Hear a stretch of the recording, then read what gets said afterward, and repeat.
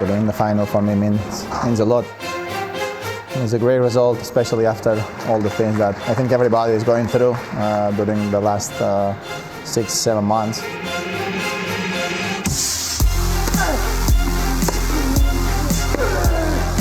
I found a way to be competitive. I practice it every day with the right intensity, right positive attitude.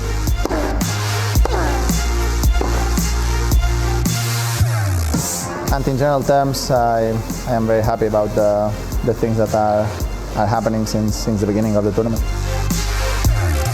The conditions have been tough, I think, for everyone, and for the body, play with cold conditions for me is a little bit tougher because all the issues on the body.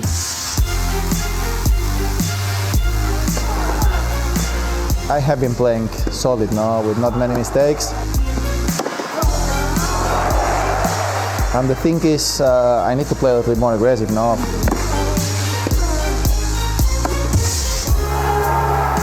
That's what I need for the final. I hope to be ready for it. I'm gonna try my best. I really hope that I can play my best match of the tournament. I am looking for, and I'm gonna fight for it.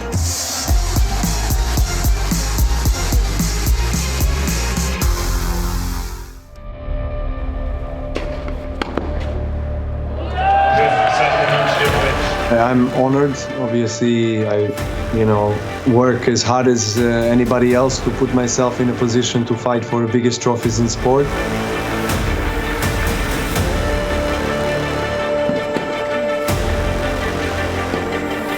Here I am in a great shape. I've won the tournament in Rome and obviously brought a lot of confidence into Paris. I managed to play tactically well all of my matches. I served well when I needed to, and all shots are working quite nicely. I mean, I'm pleased with my performance and with the way I feel.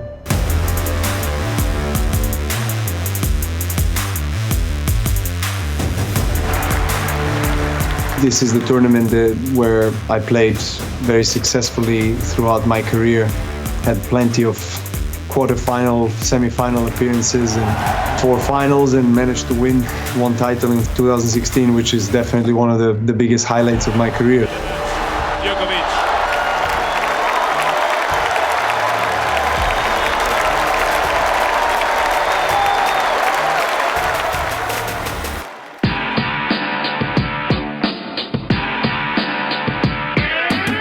Arguably the biggest challenge that you can have in sport, playing Rafa finals of Roland-Garros here at the court where he lost only 2 times in his career, won 100 matches. I mean, it's such an impressive score that he has. We had some big battles and I lost most of the times that we played in this court. I'm happy to be in this position to fight for a trophy again, and hopefully I can get my hands on it on Sunday.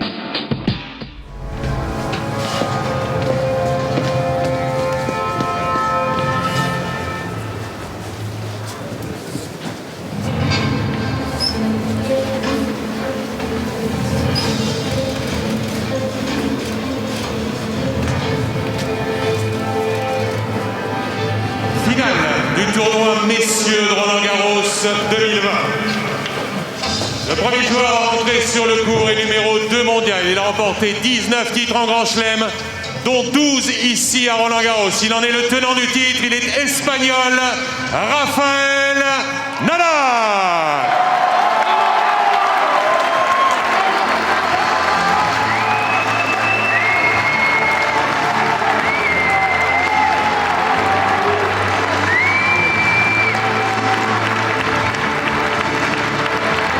Ils sont opposés à celui qui a remporté 17 titres en Grand Chelem, dont Roland-Garros ici en 2016, le numéro 1 mondial, le Serbe Novak Djokovic.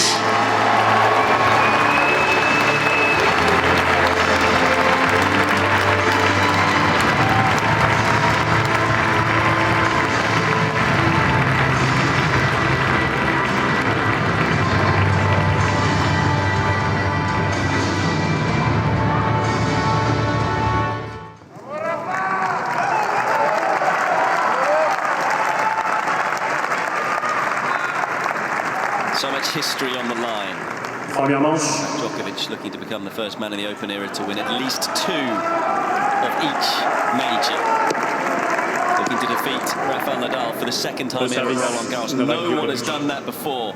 Whereas Nadal searching for a 13th Roland-Garros title and a 20th Grand Slam win to go level with Roger Federer. It will be Novak Djokovic to get this Roland-Garros final underway. Mark Woodford and myself, Pete Hodges, to talk you through.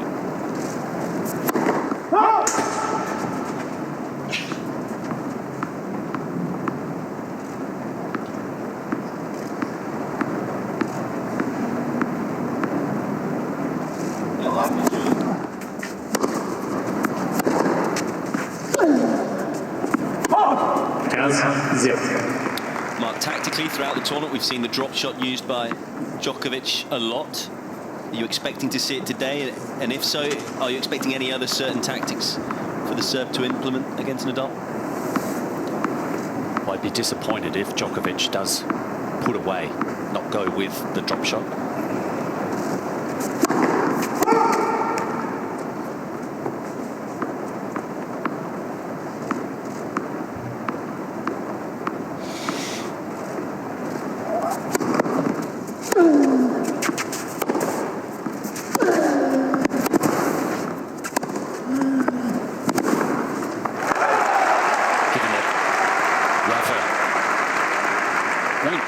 His core position too much, but it keeps Rafa honest. If Djokovic does go with the drop shot and goes with it early, it forces Rafa to come a little closer to the baseline. You can see where already he's standing to return this serve. That's his default position on clay.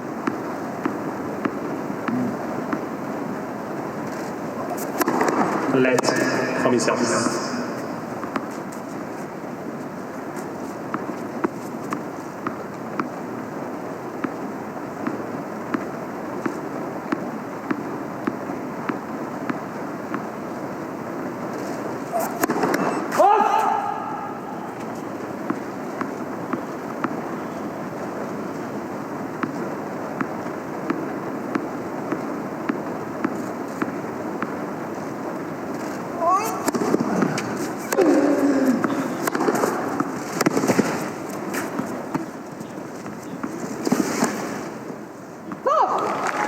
As if on cue, asked about the drop shot. Djokovic clearly listening. With as many that he has executed in the tournament, and it has been a feature in every match that he has played. It would be frustrating if, for me as a commentator, for him to not employ it in the final. We were wondering whether the reason we saw so many so early was because, of course, the damp conditions, but maybe just doing that for the likes of Nadal, who does like to sit deep. Again,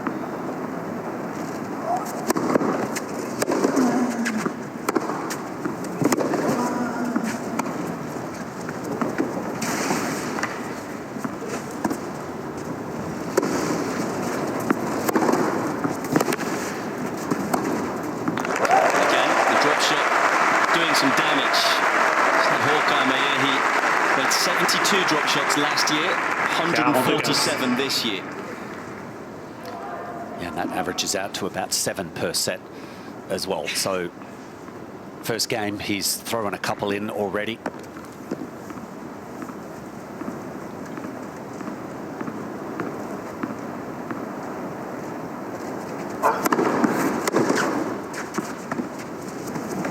Just so many different facets to this match. We've mentioned the history at stake, also the tactical duel.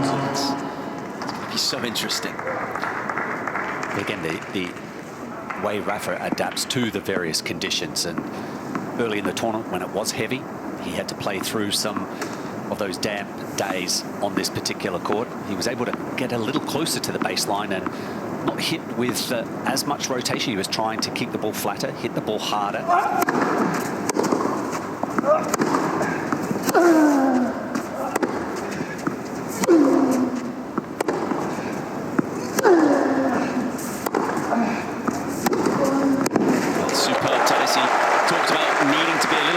aggressive today, Nadal. It's a good positive start with this point. Yeah, and after the forehand, he steps into that backhand, and that's the conditions, and there's the adaptability of Rafa. His RPMs off the forehand wing this tournament are down compared to 2019 and the other years. But that's because he's just a little tighter to the baseline and flattening the ball out.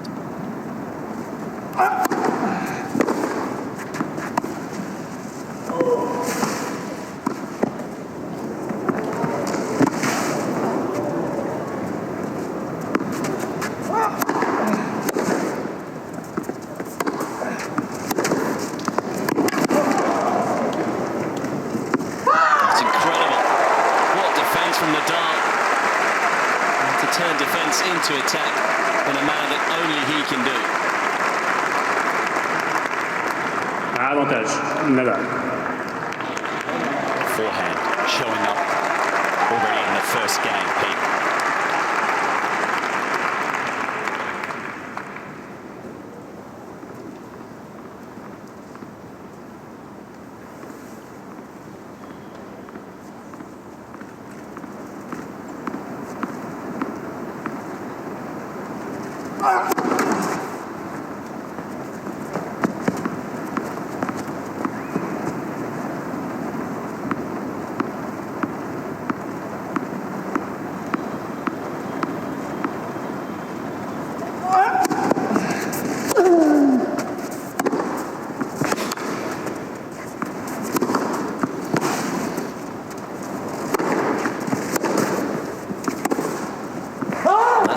Some first blood to the 19-time Grand Slam champion.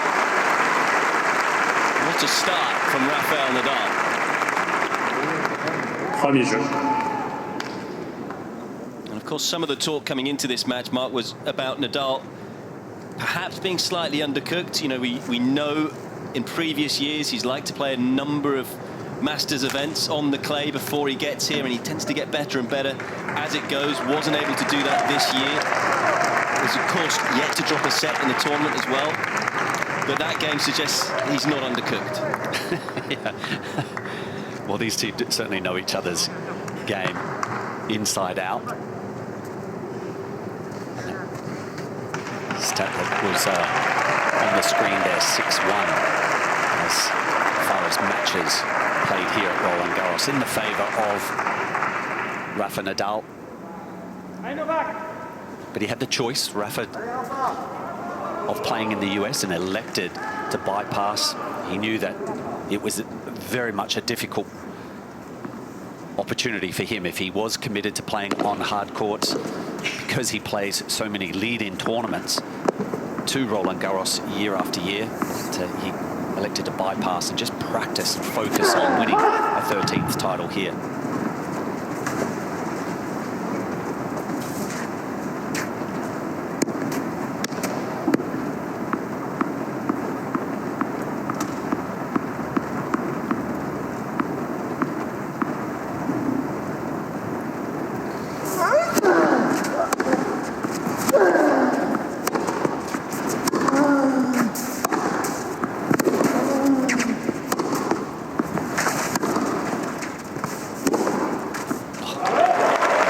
Djokovic.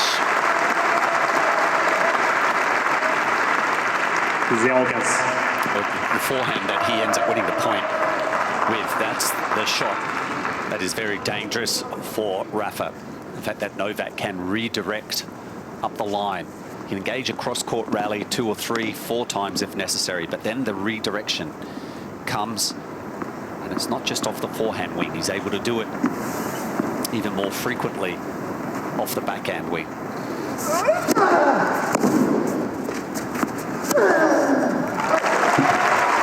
thing that we'll be watching out for today with regards to Novak Djokovic is his demeanour. I thought it was very interesting, wasn't it, when he served for the match, had a match point against Tsitsipas, but there wasn't really any negative reaction from him. He was calm, quiet, focused. Of course, it's been a lot made of what happened at the US Open, but I just wonder whether we're going to see the same from Djokovic today.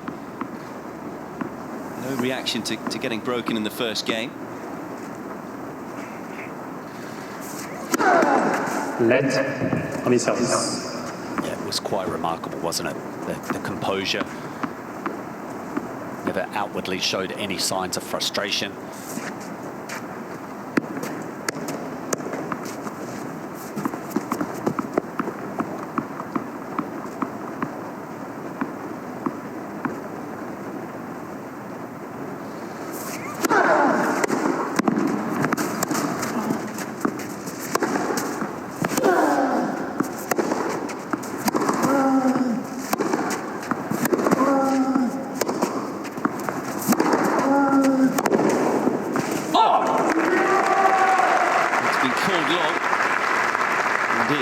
Just long. There's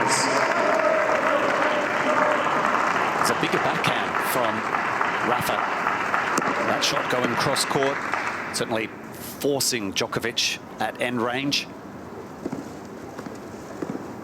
And how many times we'll be using the term remarkable today. He remarkably never nearly made the running forehand. I know there were some commentators in the early days who used to print out a list of adjectives to help them out. I kind of feel I should have done that today because you're going to need a lot of them with these two.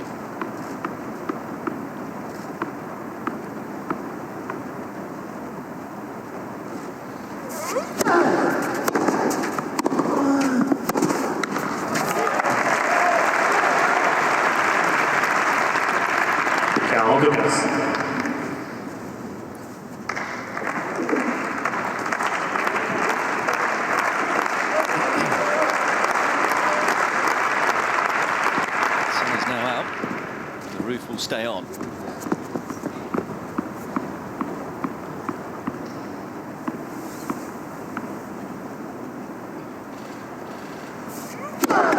Let's premier service.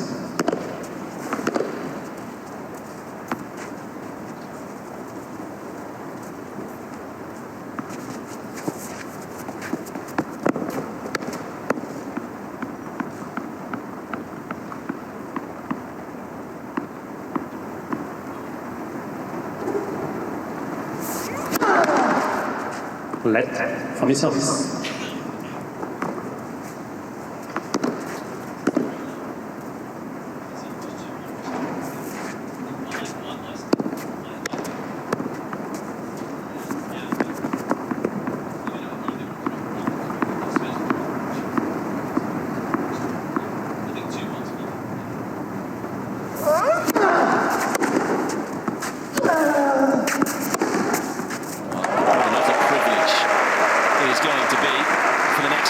Watching these two, the quality is just immense.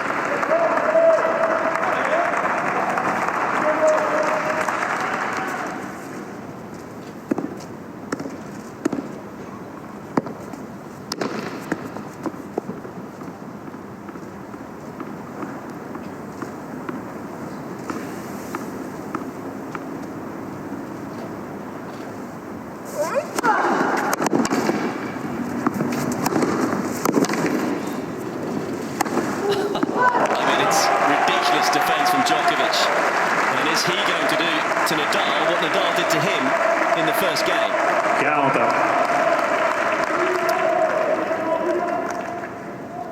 We've been saying all tournament we've never seen him miss an overhead. Wasn't quite an overhead there. No, well, it wasn't the same as being able to get back behind the ball there. That was certainly a sky hook.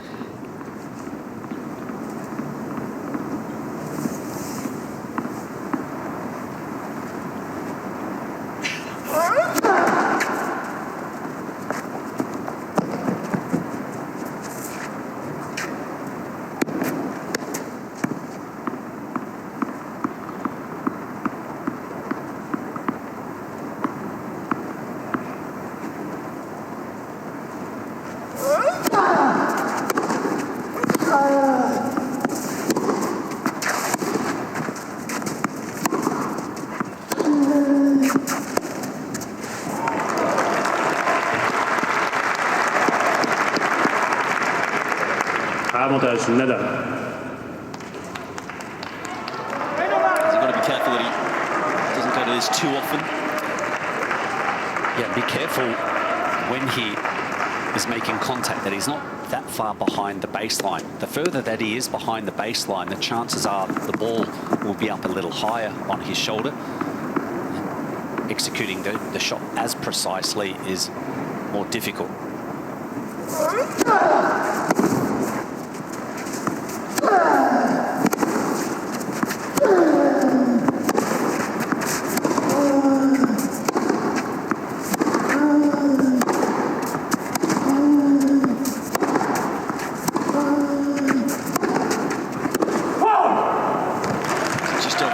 So two very tight games, both go the way of Rafael Nadal as he backs up the break for a 2-love lead. And what was impressive, Pete, as Damien Dumassois get down, just to point to the mark for Djokovic to say, Novak was not really worried about checking that mark. He was watching the ball mark of Nadal. Even though the ball, Novak's shot was out, the fact that Rafa still picked it up on a half volley and sent the ball back into court within inches of the baseline. I think Djokovic was shaking his head going, you're kidding me, right? How many players have done that against Rafael Nadal in the last 15 years?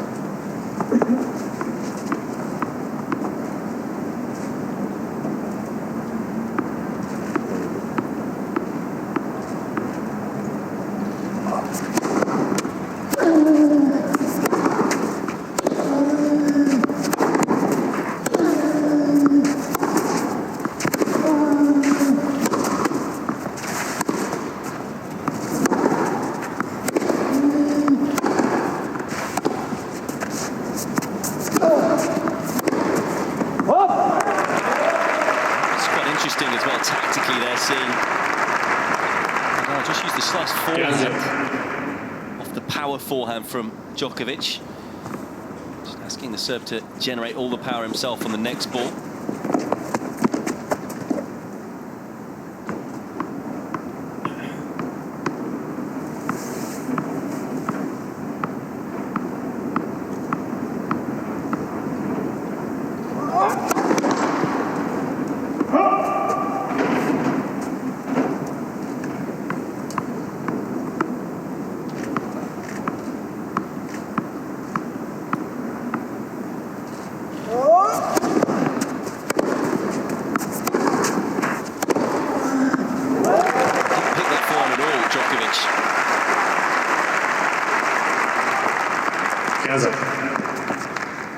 Well, it's been a killer blow.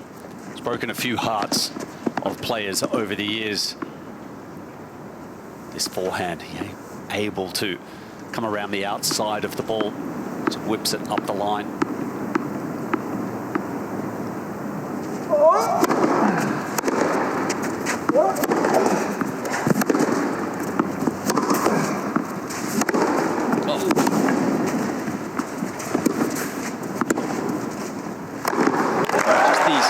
Sorts of jewels at the moment going Nadal's way. He is dialed in right now. As a count.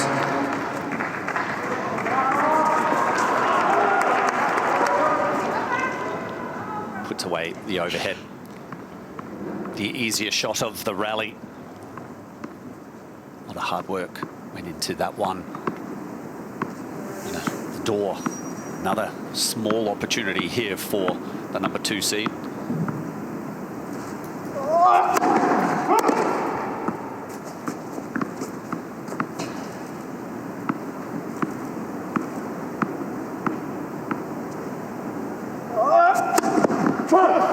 You've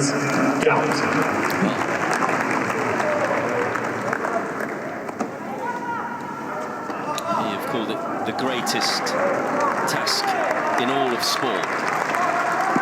Beat Rafael Nadal here at Roland-Garros, and right now Djokovic is struggling with that task. 2 more break points for the 12-time Roland-Garros winner.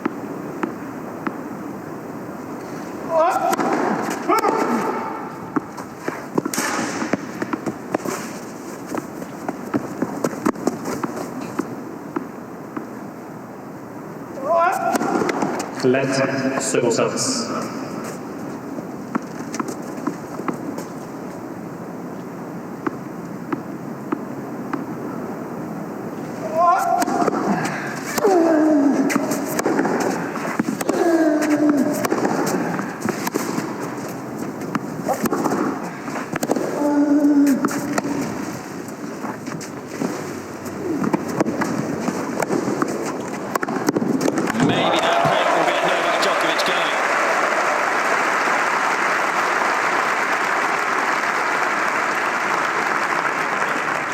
And Djokovic not really covering the court after the drop shot. Was stuck mid-court and got away with just lofting that lob over the backhand side of Nadal. Still a break point for the Spaniard.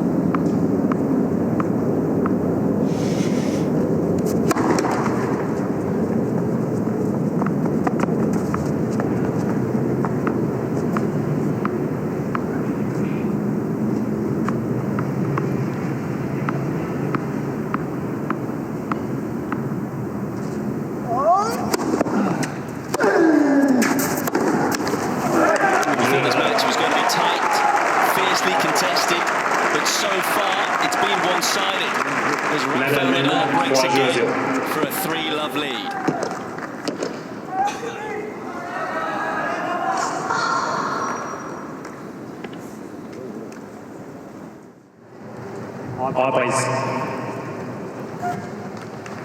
Just the sit down there, we were talking about how the Novak Djokovic fans might be a little concerned, although he looked pretty relaxed at that sit down.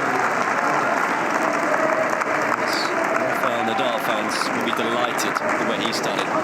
2 breaks up already as he is chasing for today a 100th match win here at Roland-Garros. It would be a 999th career win in a 1,200th match.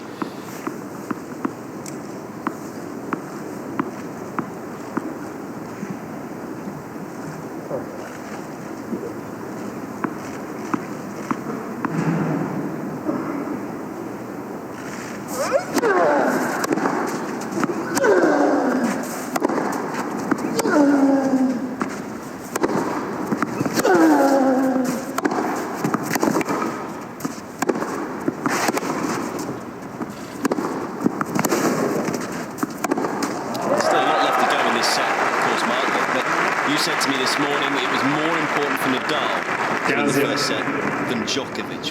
Why did you have that feeling? Well, for his belief, and given the enormity, both of them are, we can agree, striving for historical moments with this particular match. But for Rafa, I think just the boost in confidence after taking, if that first set goes his way, can jump confidence level another 5%.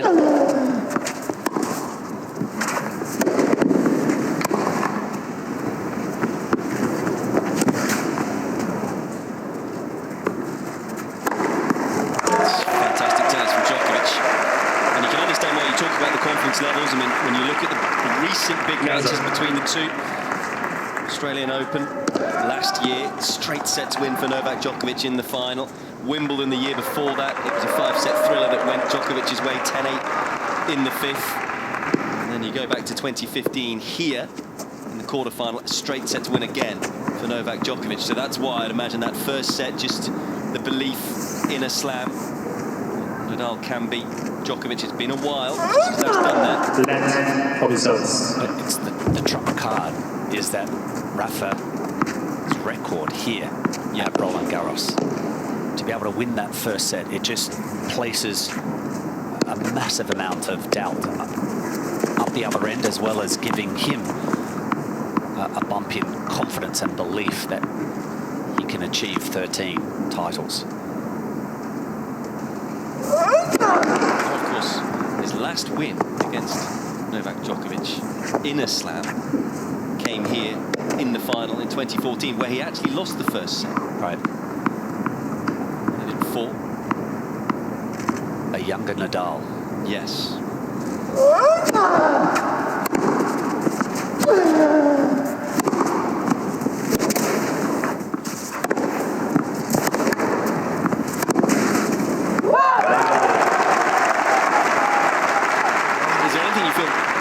Differently here, because right now he's getting it allowed played by the world number 2. Yeah, I don't see the Novak as yet settled into this match.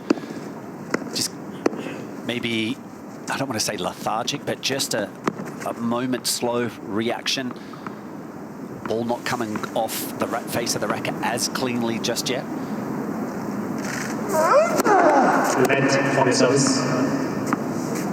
But I think there's a level of acceptance from his end of the court. Again, on that last change of ends, we saw him, no negative reactions. It was just almost an acceptance that, okay, first set is going to be a bit of a tough one, but I think he still has that belief this match is more than tangible for him.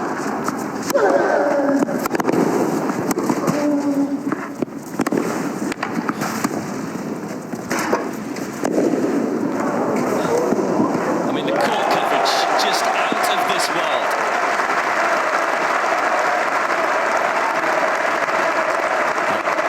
Look at the distance that he travels to get to this drop shot.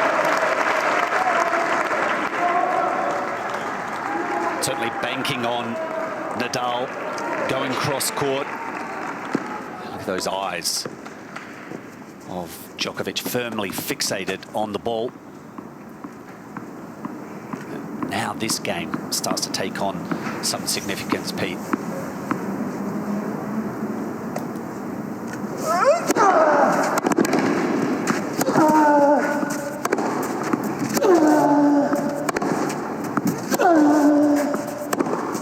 Oh, glorious. We talked about him settling in. Is this the game where he starts to really settle?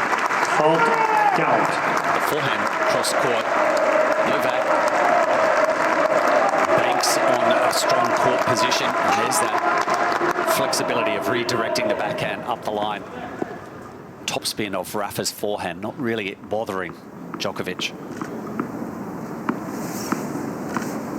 So, break point for the world number one.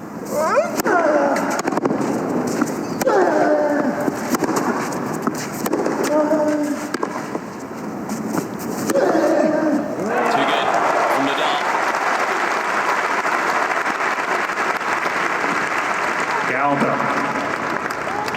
And look at the work that Rafa puts in to move around and play that forehand.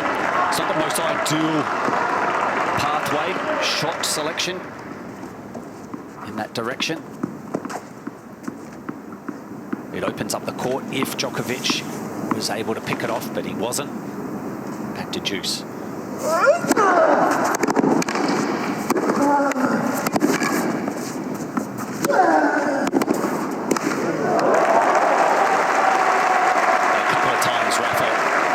Short forehand, mid-court. Left-handed, the preference. We like to go in this direction here, but it certainly opens up the court for Djokovic. Just powered the backhand.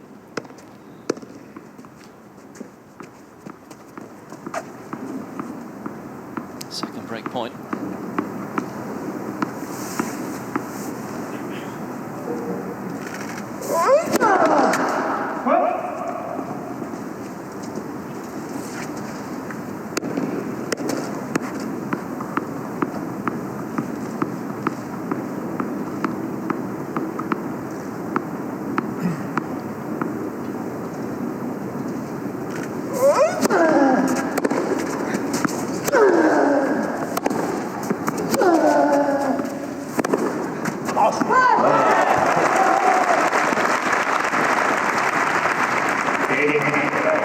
And the rotation working in the favour of Nadal from the forehand. Close to the sideline, and have a look at how far out of the court Djokovic has to play the backhand. Right now, Nadal doing a very good job behind his second serve. He's won 4 of 5 points when he's had to play a second. He's actually only won 45% of the points behind the first.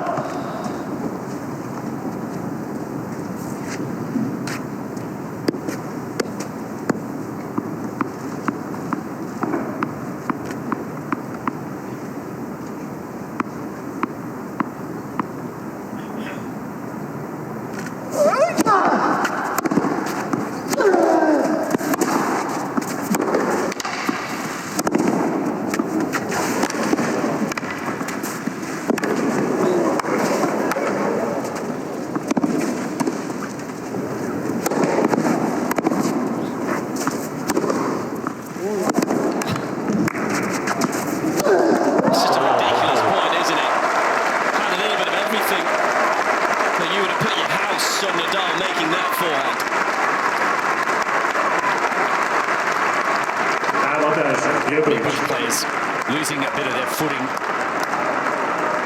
Nadal with the overhead didn't quite get enough onto it, but what an angle that he created.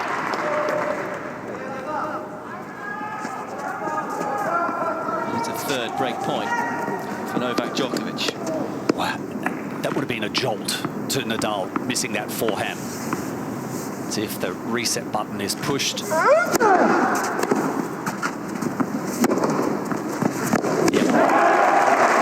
Goes to the favourite play.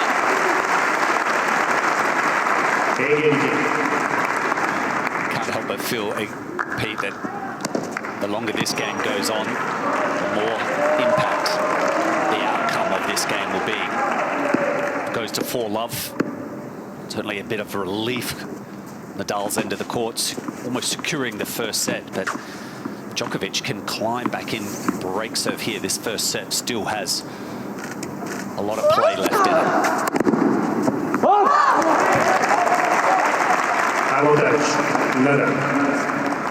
So far, all the big points have gone Nadal's way, hence him being 3-love up, and a chance now to make it 4-love.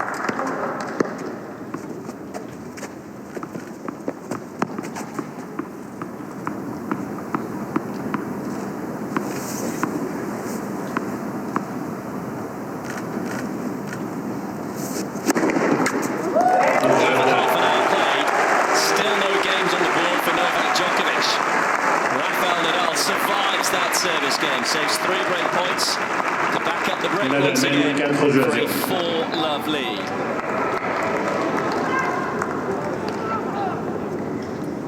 As you can see there, it's Nadal who's winning the points when they're short. One of the reasons for that is because Novak Djokovic has only found 4 first serves out of 14 attempts. So he needs to get the first serve firing to give himself a far better chance, and actually not won a point behind the first serve when he has hit that first serve into play 4 times.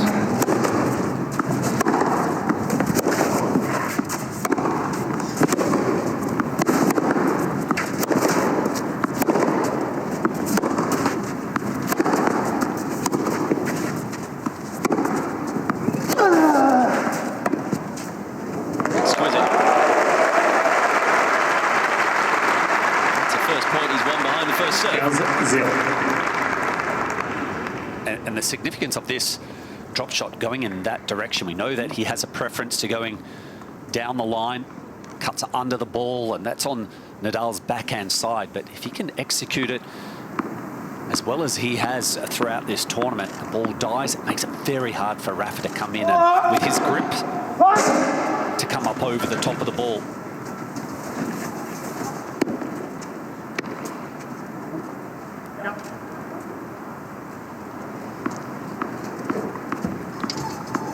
Dumaswar quickly down.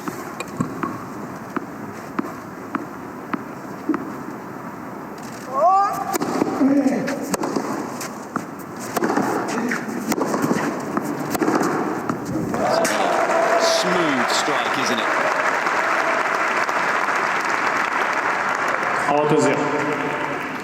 And another healthy court position for Djokovic. That's an area that is a green light for him. The ball's just down the centre third of the court. A few options there, preferring the forehand up the line.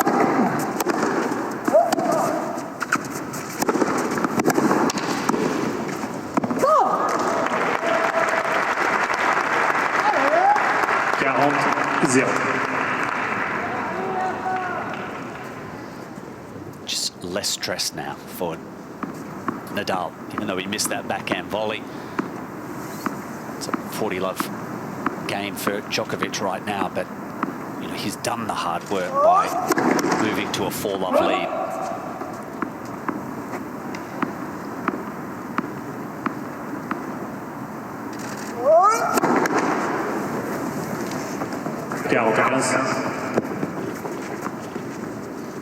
Second double already for Djokovic.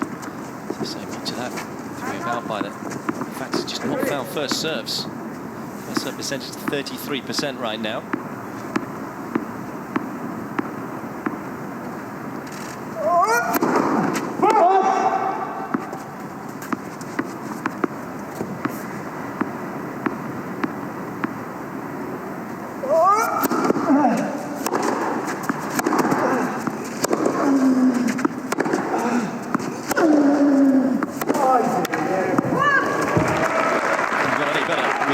the accuracy there, Nadal. It looked like it was going to be a comfortable service hold for Djokovic to finally get on the board. Now it's got a little more interesting.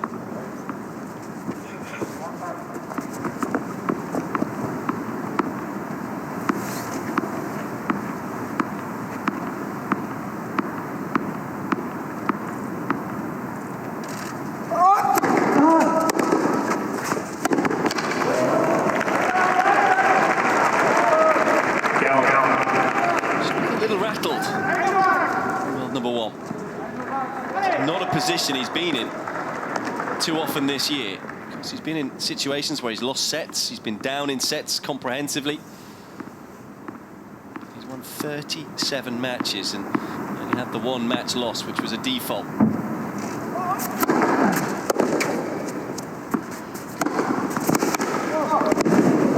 And he even gets the right way there, Nadal.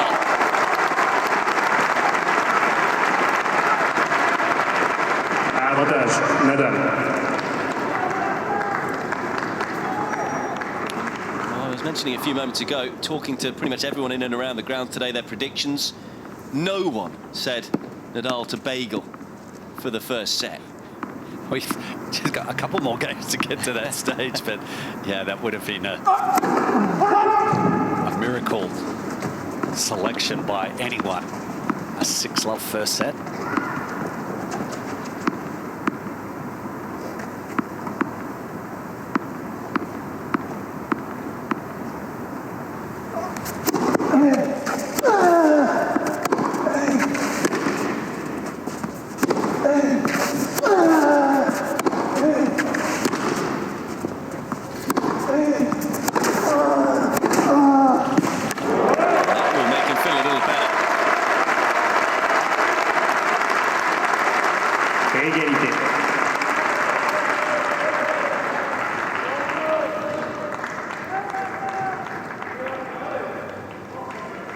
Still having to work. Both of them are certainly working hard, but if Djokovic is just slightly off, he's certainly coming up against a hot player in Nadal right now, making every return in this first set.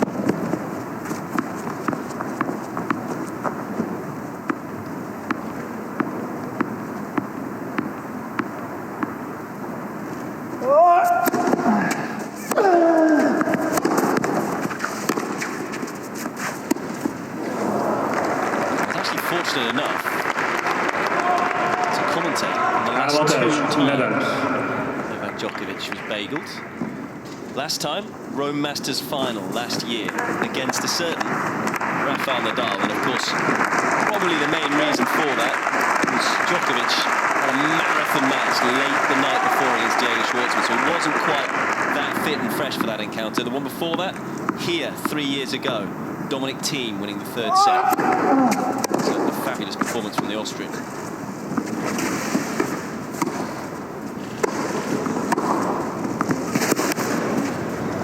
Desperately trying to avoid the bagel here, though. Desperately trying to stay with Nadal in this first set.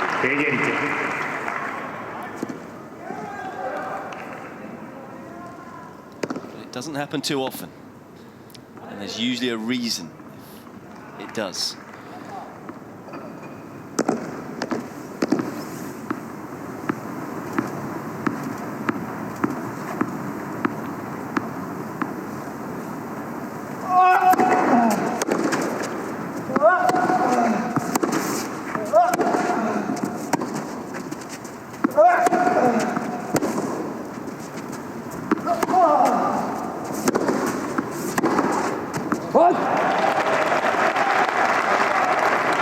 Interesting change-up from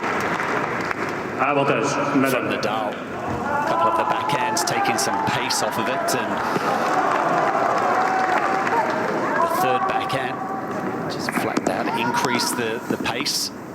That disturbed Djokovic. Third break point for Nadal.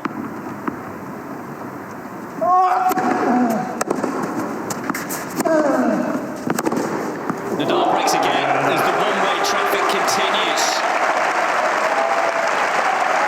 5-love.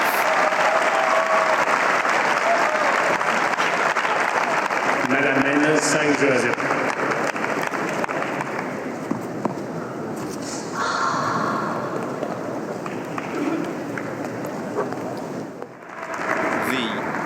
Rafael Nadal. He's looking for the bagel in this opening set. Serving at 5 love.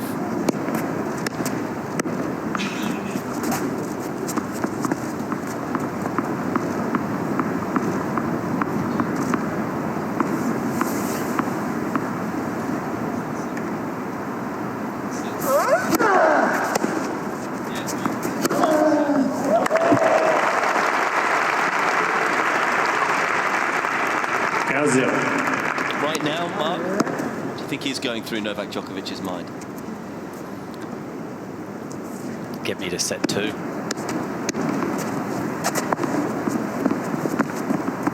Maybe a little battle weary coming in from the semi-final win.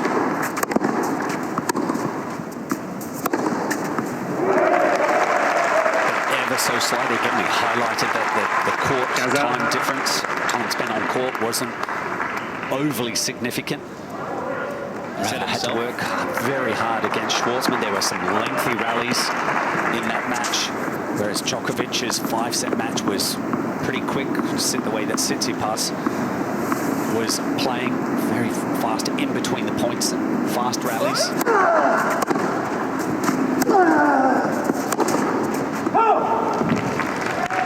20 minutes, the difference, incidentally. With regards to match time on court between these two. Djokovic having an hour and 20 minutes more on court. But do just wonder the emotional strain of getting through the 5-setter. It's the amount of matches, of course, he's played this year. But he talked about feeling fresh and good coming into this match.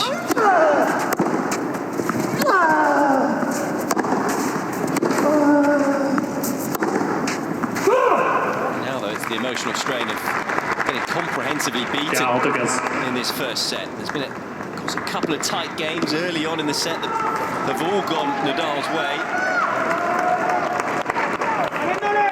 Winning those tight games, he's run away with it. Here are 2 set points.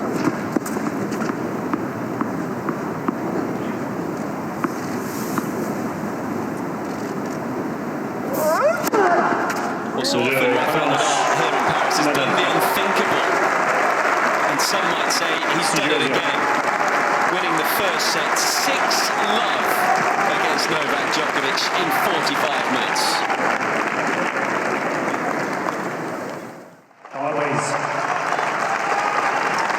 So it's got to improve for Novak Djokovic.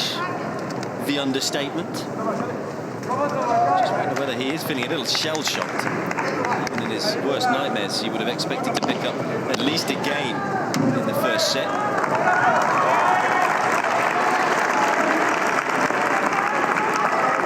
mentioned that the fact that it doesn't happen very often, Novak Djokovic being bagelled. The last person to do it was Nadal in the Rome Masters final before that team here 3 years ago. It's happened 12 times now in total throughout his career. Good news for Novak Djokovic fans is he's won 5 of those previous 11. Which is a pretty good record when you consider it's a 6-love set. 15-0. Yeah, look, it might be a little shell-shocked, but he deals with adversity extremely well. We saw that in the semi-finals, the composure after Tsitsipas came back and took sets 3 and 4. Just remained the same for Djokovic. Very positive. I believe the first couple of games here for the #1 seed need to get on the board.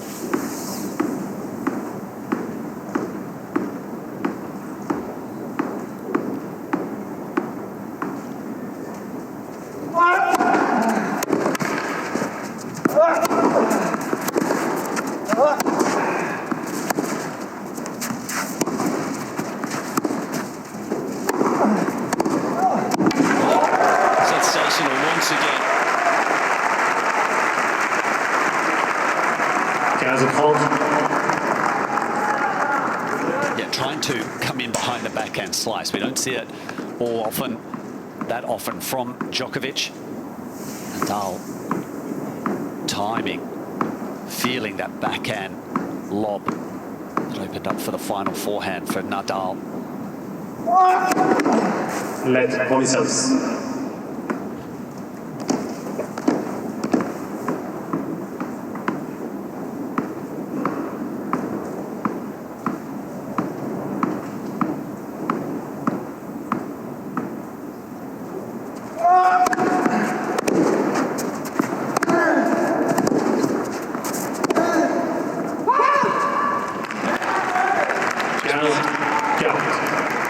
Probably his 7th straight game for the 12-time champion. Dark clouds up ahead, up above. Certainly something you could say right now for Novak Djokovic.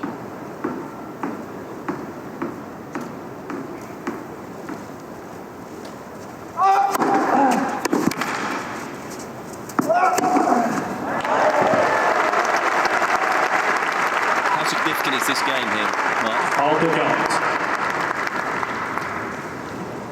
I think of massive significance for Djokovic.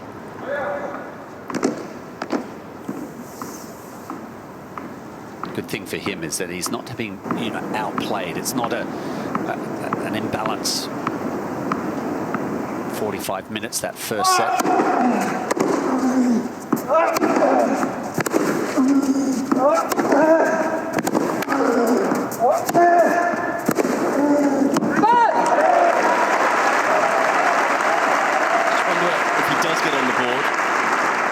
Whether we will see a release of emotion. It's been very muted when losing the point, but also pretty muted when he's winning points too. Very contained right now, the world number 1.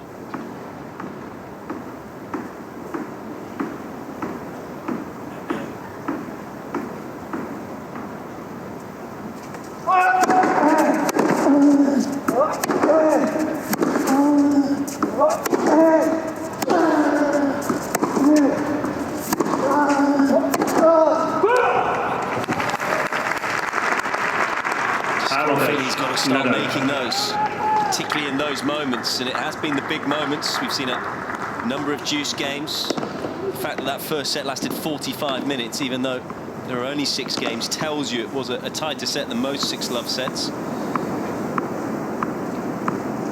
It's another break point for Rafael Nadal.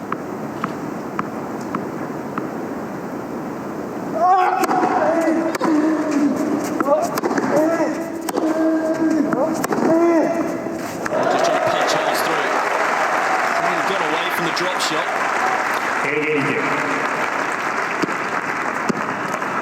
And the first serve as well, Pete. Landing one there. Break point. Just helps set up the rest of the rally for Djokovic.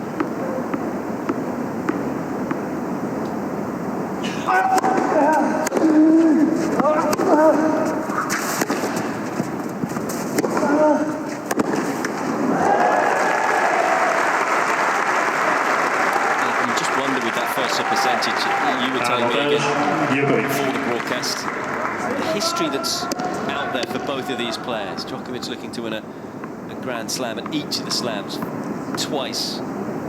No player in the Open era has done that. It's something that he would hold above Nadal, Federer. Pressure of that, the nerves. Trying to beat Rafael Nadal for the first time in a Roland-Garros final. First player to do that.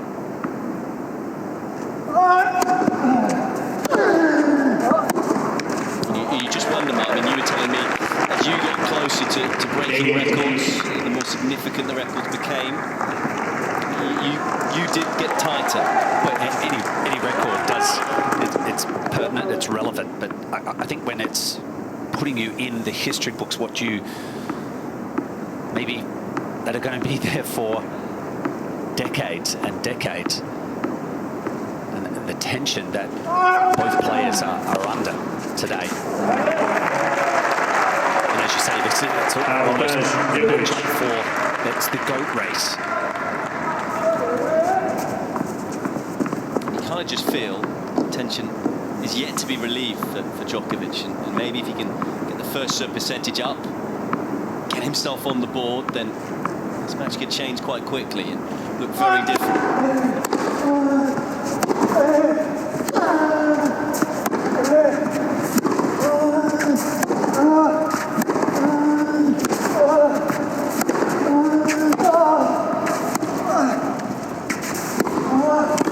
Because he is on the board. It's taken him nearly an hour. But Novak Djokovic is able to hold, and that is a very big hold, saving the break points in the process. Premier jeu, deuxième match.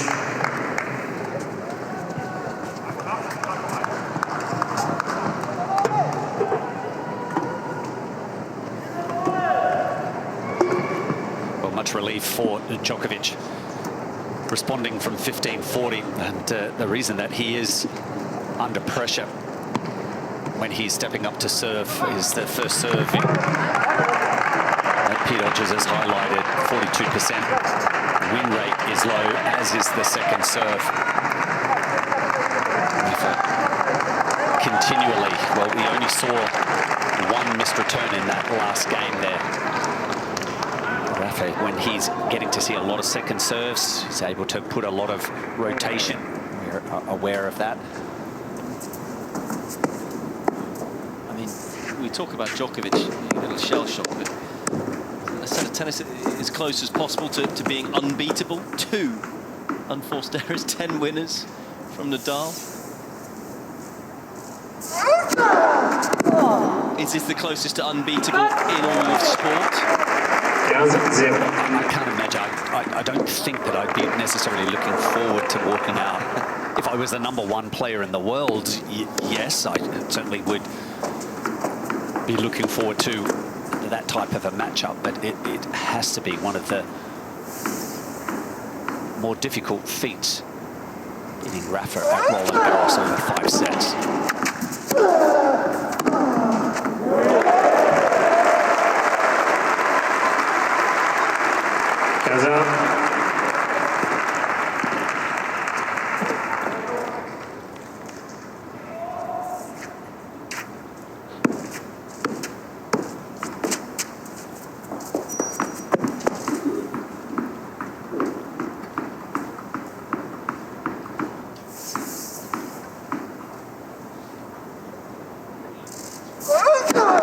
Let's Promisors.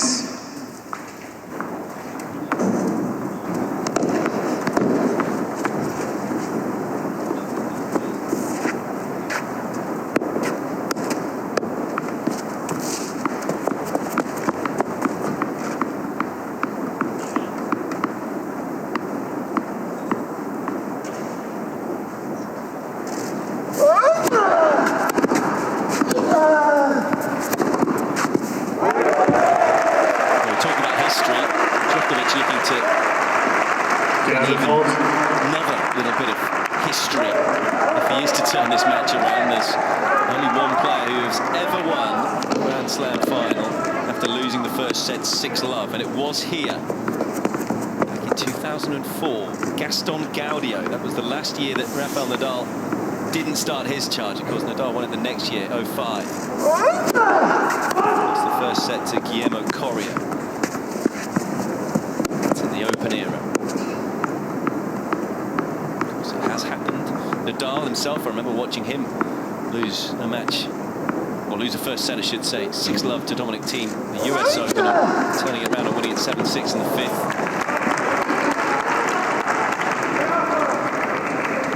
A look of frustration there from Djokovic, having got to 15-30. Rare cheap point to give up.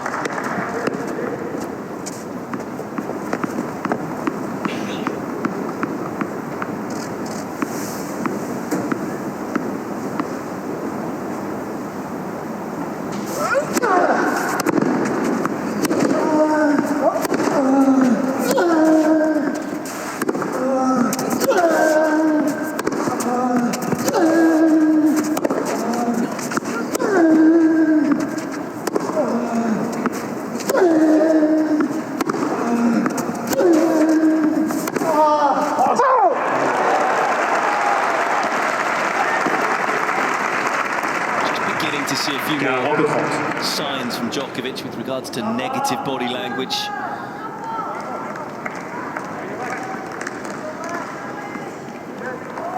Every facet is going Nadal's way. The backcourt rallies, the serve and return.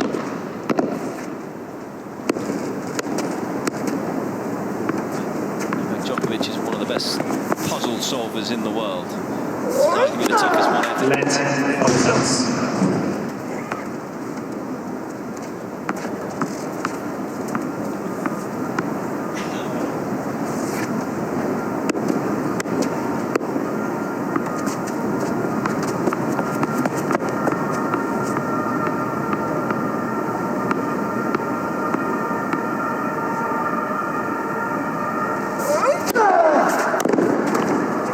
Big hole for Nadal, especially from 15-30. Djokovic needs to find his A game because Nadal has certainly found his in these opening exchanges, Mark. Yeah, a key area for Nadal is that return of serve. Previous rounds, he has been 4.5 meters closer to the baseline to return serve. Today, he's back, it's 50 centimeters back further to return the serve in set one and never missed a return of serve. He said that he only missed that one in the previous service game, and that's why it was a key hold for Nadal, give him an opportunity to create a break here. And that's the mental test as well, isn't it? And when we talk about why it's arguably the toughest task in sport, he is giving Djokovic nothing. Nowhere picking up a cheap point.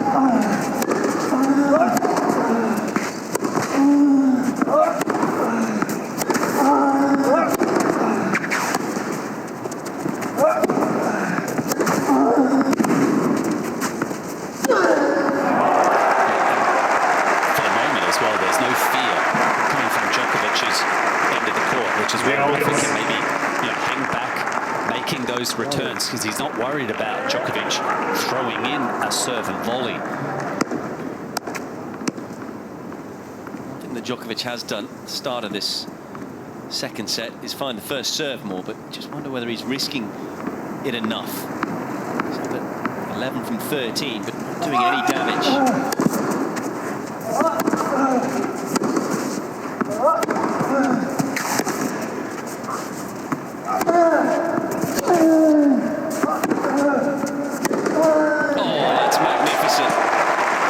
Consider the quality of the strike from Djokovic. Nadal just making it look like it's a simple rally ball from anyone. And this is where the clay is just a fraction extra time for Rafa to load up on the backhand. 137 Ks up the line.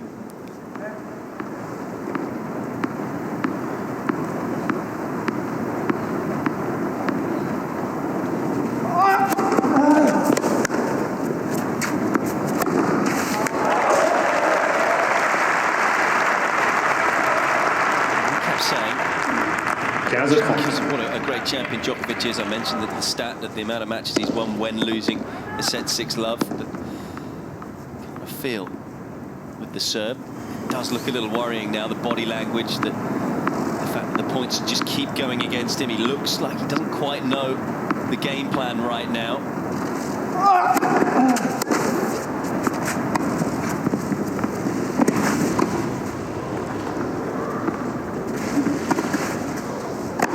First time he's used a drop shot. I was actually just about to mention it. It wasn't actually the best of drop shots, but that's the job. Whether he'll go back towards that tactic. Is he feeling good enough to use that tactic, though? That's the question. To better play the drop, you have to feel confident.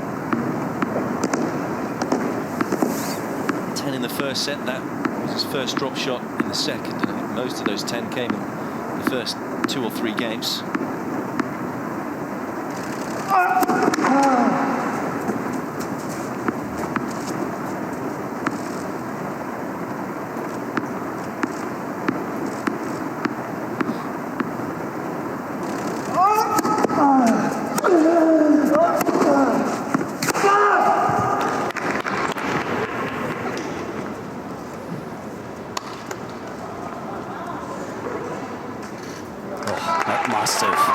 barely missed, I have to say, to the naked eye.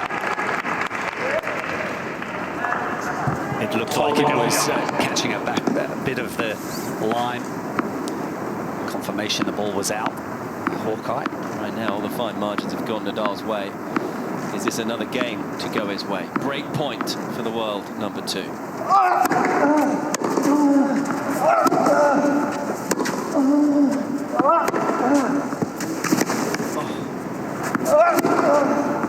From one line to the other. A little bit of a miss hit on the backhand. And this time it is Djokovic who gets a little bit of luck. 40.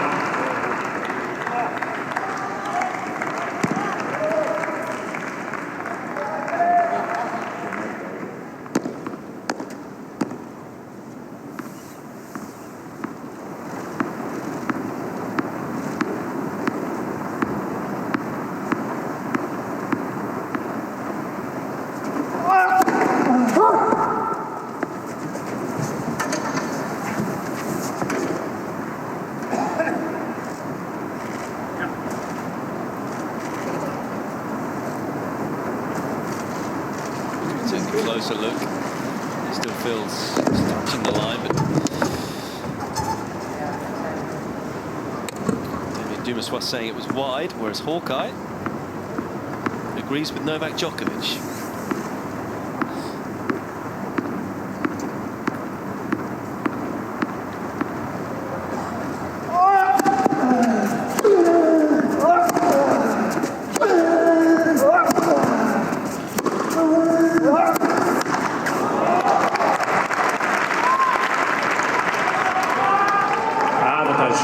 Nadal.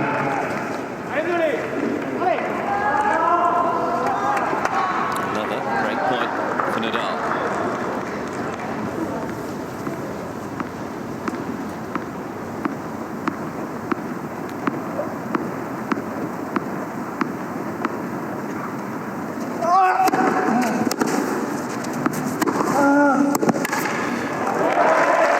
Rarity.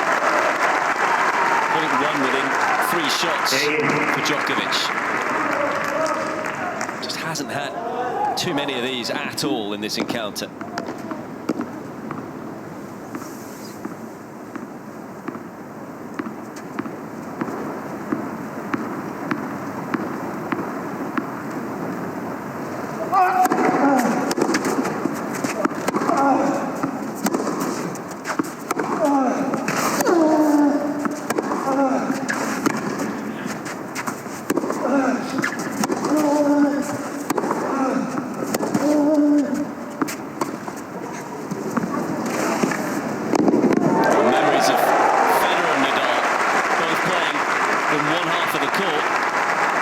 It's Nadal who comes out on top. Avantage, Nadal.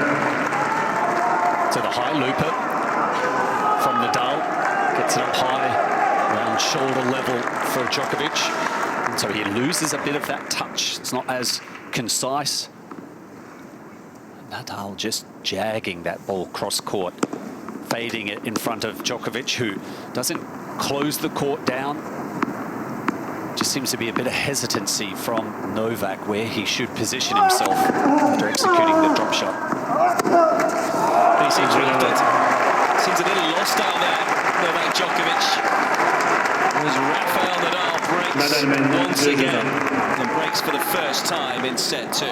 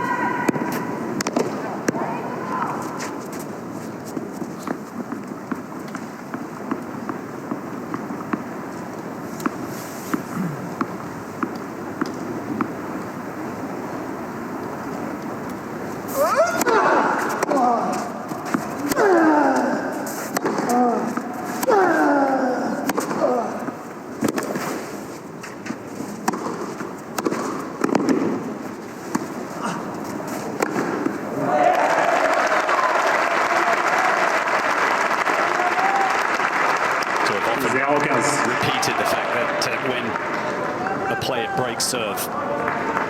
It's only half the work done. Consolidation on the next game.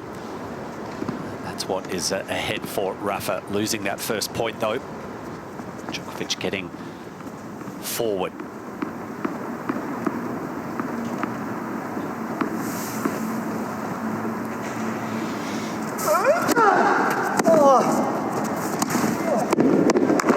Saw the serve volley, didn't we, against Diego Schwartzman? A significant moment. First time he used it. 5-all in the third break point down. It's the first time we've seen him use it here. Yeah, and against Schwartzman, I'd say 9 times out of 10, the Argentine will return cross court. That's his favorite backhand. Nadal has to pay attention. If he goes with the slider wide and serve and volleys, Djokovic has that ability to return up the line. Great accuracy.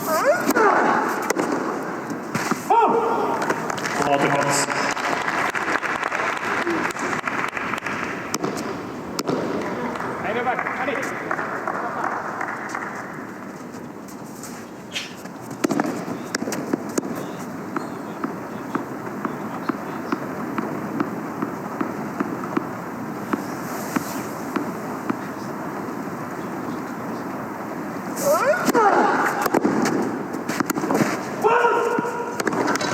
Late call. Again, just missing. Late call, and I, very much trust Rafa. I think, the world know he's not going to circle an incorrect mark. So each time I feel like there is that late call and Rafa is circling, You know it's going to be out. yeah. Yeah. Annoyingly so for Djokovic and fans that follow him, missing by such a small margin once again.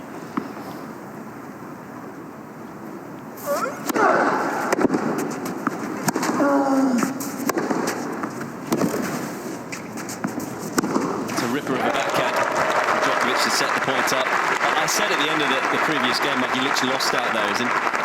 What do you think he should be doing, Djokovic? Is it something big has got to change here? Well, yes, and it's kind of reminding me, though, Pete, of the match quarterfinals against PCB. He was lethargic. He had, neck problem. The left arm was bothering him, but fortunately he played against someone who wasn't offensive enough to create a greater buffer between Djokovic and themselves. Djokovic was able to play his way back into that match. The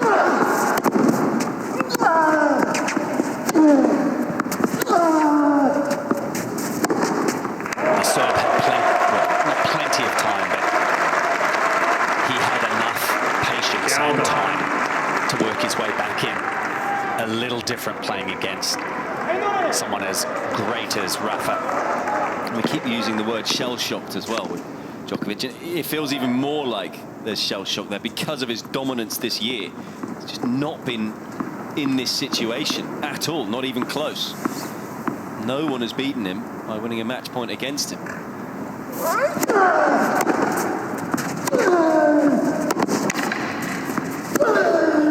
yeah, Djokovic has had adversity. He's had to deal with that. I'm not sure what the percentages are as how many times he's lost a first set and been able to obviously come back and win.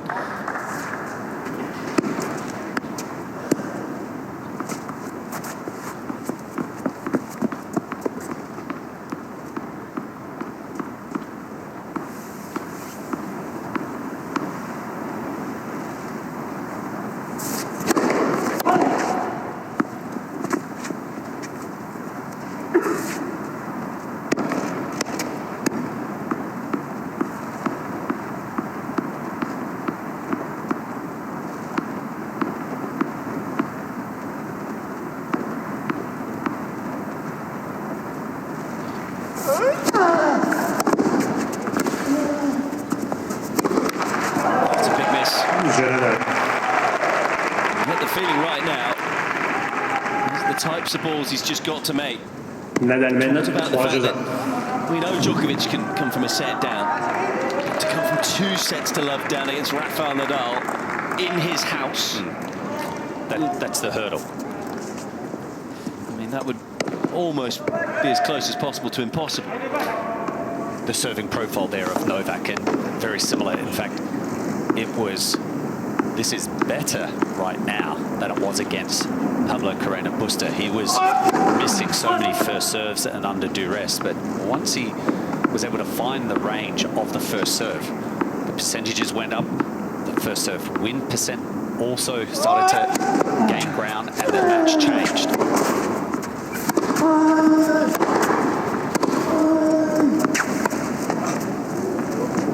It's wondrous play.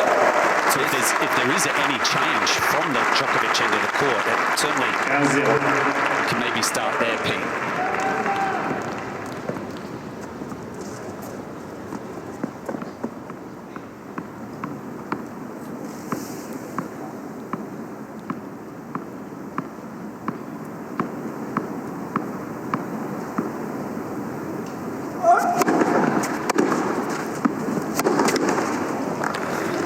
The question, how many times do you want to match this year from a set down? I can tell you 6 times.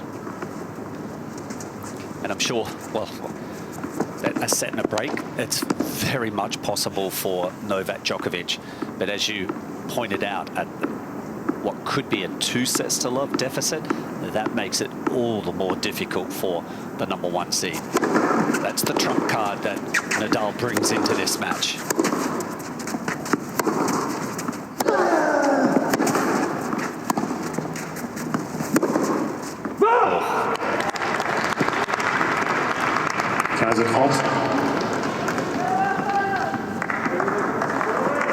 Still not steady with the footwork. There seems to be a few times that Djokovic, more so for Djokovic, that his footing, he's just not comfortable with the footing. Once you lose your balance at the moment of contact, very unnerving.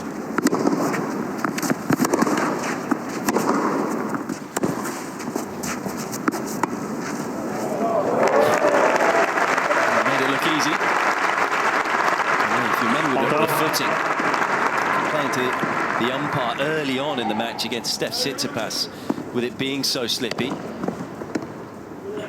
And it was something he said coming into this match. He said the conditions are going to be absolutely crucial, weather-wise. How the court is, whether it's slippery. It's a word that he used. No complaints now, though.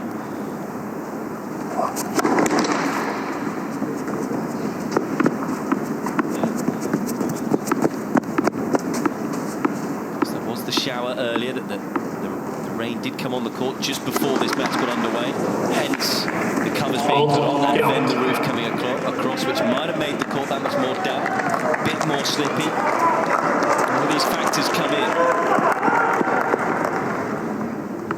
What we do know is that Rafael Nadal has simply outplayed his opponent for the first hour and 18 minutes. He's got a chance to get another break in set 2.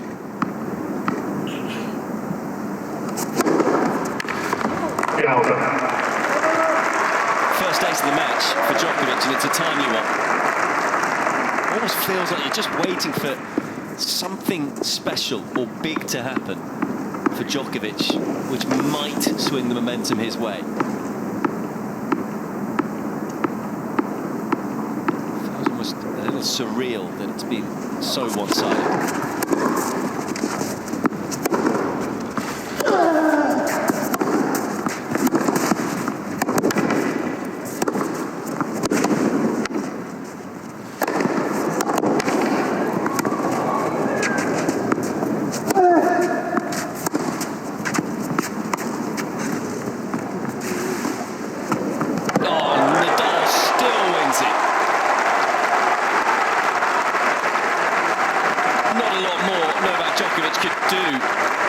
Just insanely good tennis from Rafael Nadal.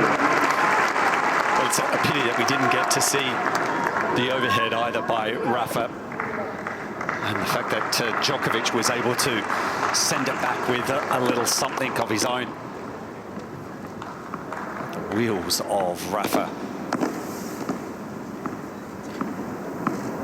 That's the distance run by both players in that last point. Incredible balance by Rafa to chase that drop shot, Pete. comes out. And the hole gets deeper for Novak Djokovic. Nadal with a second break in the second set for a 4-1 lead.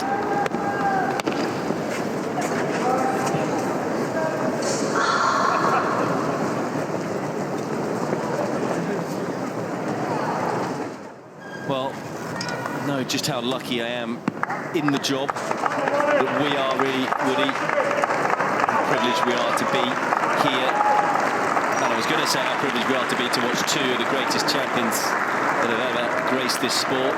But right now, it feels even more special just to watch the man in your screen do what he is doing.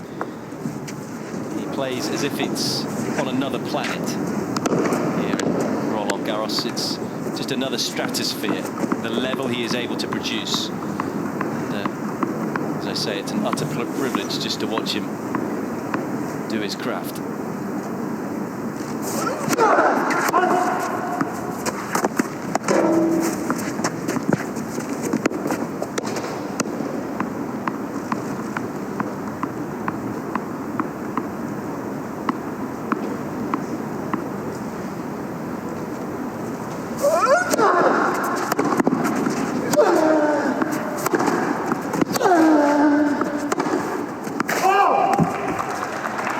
Still plenty to go with regards to this match. What a performance it has been so far from the world number 2.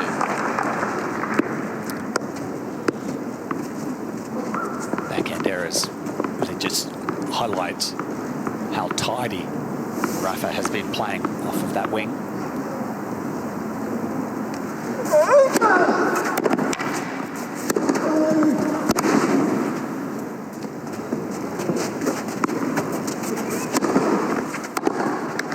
And we were talking about chasing history coming into this match, Mark, and how it can have different effects. A little more tight, a bit more nervous, but it seems to have had the opposite effect with regards to Rafael Nadal. It's almost made him even more focused than he normally is. I mean, he's given nothing away. We saw that graphic. 0 unforced errors off the backhand wing.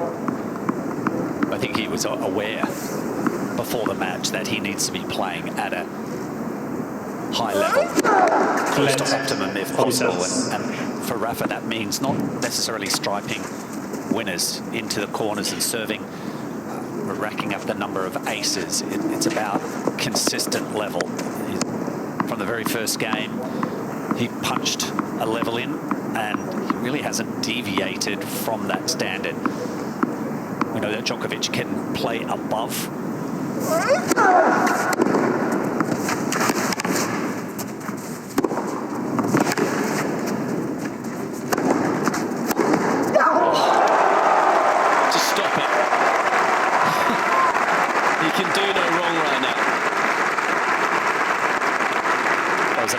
I think we've seen Djokovic be able to play mesmerizing tennis, but wow, this is something so special. And the confidence, the injection of belief now starting for Rafa. Taking that first set, the scoreboard pressure is starting to mount, and does Djokovic, does he keep that composure? He's going to find something to spark it, just as much as he's trying to spark himself. But whether he finds something that can rattle Rafa.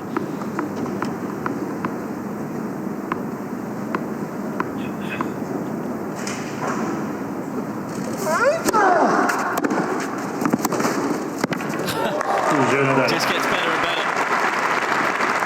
And I didn't think he could get any better. Game away from a 2-sets-to-love lead. He's the 12-time champion. That would mean he'd be a set away from Grand Slam number 20 in 2020.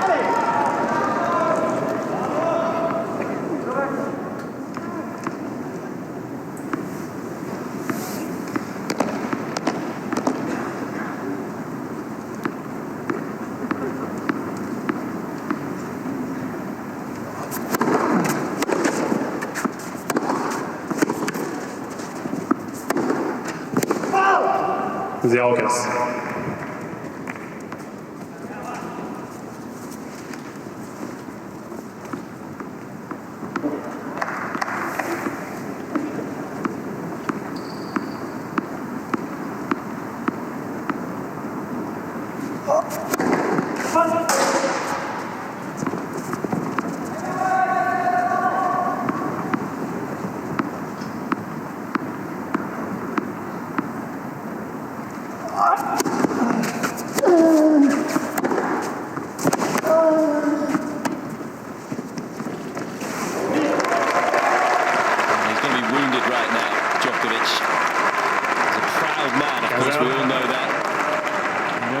With the scoreline, but he's still going to battle away, still going to try and find ways to turn this match around.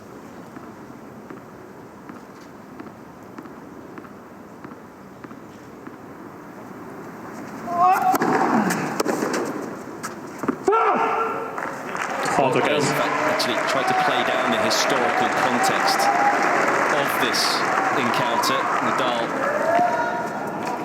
New York Times interview where he said, I was happy with 15 slams, I was happy with 16, 17, 18, 19, I'm really happy. And yeah, maybe if 20 happens, yes, I'll be very happy, but it doesn't mean that much because I've already had a fantastic career. 19 slams is incredible. He's just trying to take the pressure off himself. Djokovic said there's been bigger matches for him in the past, here against Murray, first Wimbledon final. No mistake about it, this was a monumental battle with the history on the line, with the race for the most Grand Slam titles, the GOAT race.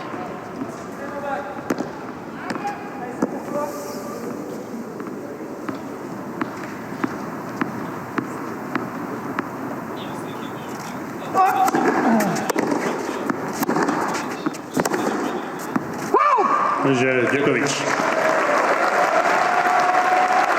Just a second game for Novak Djokovic after an hour and 28 minutes of play. And he's still alive in this second set, but only just. It's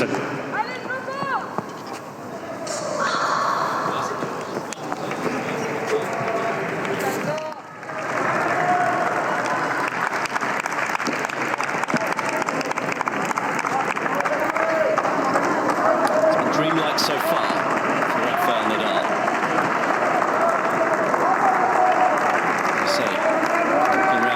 Chatting to people this morning, everyone had a different prediction with how this match was going to go. No one said Nadal would drop just the 2 games in the first 2 sets. But that is what he's hoping to achieve in this service game as he looks to close out the second set.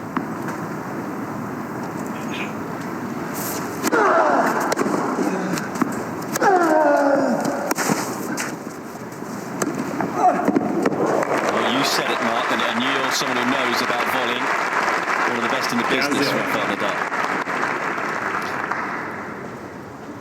Yeah, and to play that one relatively high, around shoulders, and I'm so used to seeing him when he does come forward to play a low volley that he's just bunting into the open court.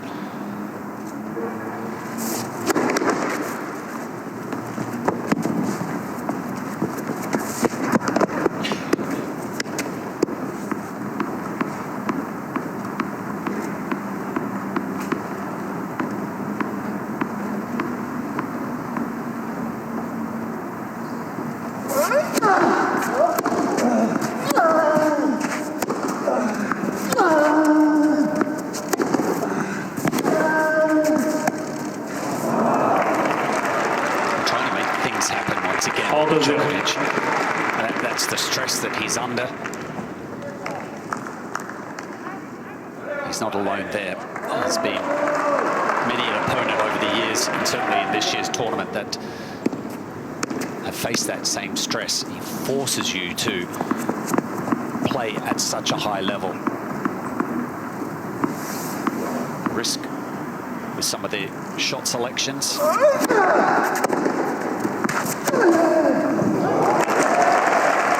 Was it meant to be today for Nadal?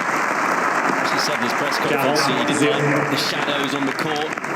No shadows today with the rainfall just before this match, meaning that the roof would be closed. We wondered who those conditions would suit better. Well, after an hour and 32 minutes, the definitive answer has been it will suit Rafael Nadal better, as he has 3 set points.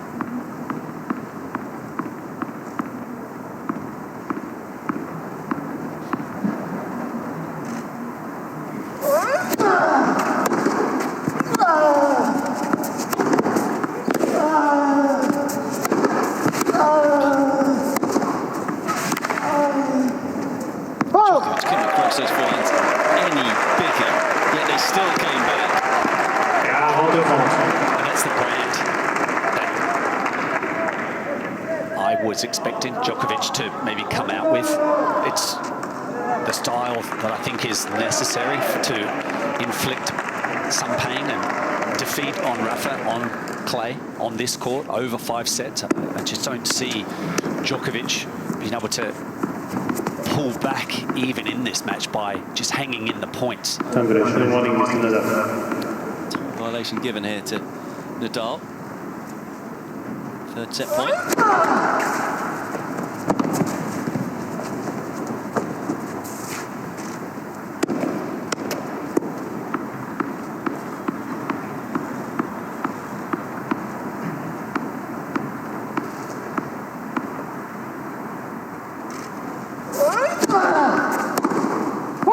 Another mesmerizing set of tennis from the greatest clay court player ever. Rafael Nadal takes the 2nd set, 6-2. Nadal mène 2 manches à 0. The big goal for Rafa is trying to equal Roger Federer's record of 20 Grand Slams. There will be, I expect, a time when that finishing line starts to loom for Nadal that he might become a tad more nervous.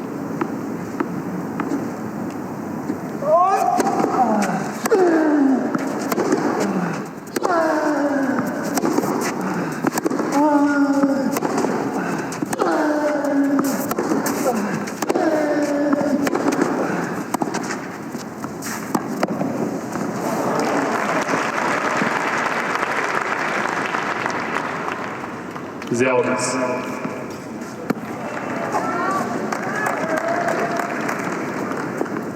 You can see how low that Djokovic is having to play that backhand. Thanks to the low slice from Nadal.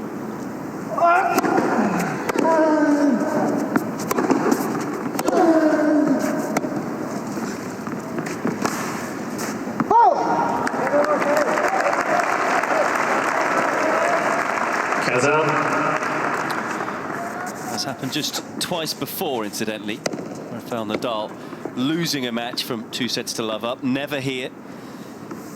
So the final of the Miami Masters, that was back in the day when they used to play 5-setters in the final, where he went 2 sets to love up on Federer before losing. It was back in 2005.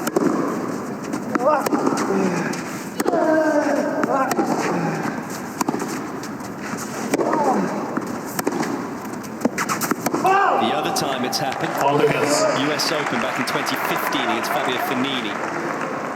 In the first 2 sets and lost in 5. Djokovic Djokovic looking to become the first man to beat him here at Roland-Garros twice. So he's looking to become the third man to beat Nadal from 2-0 down in his career.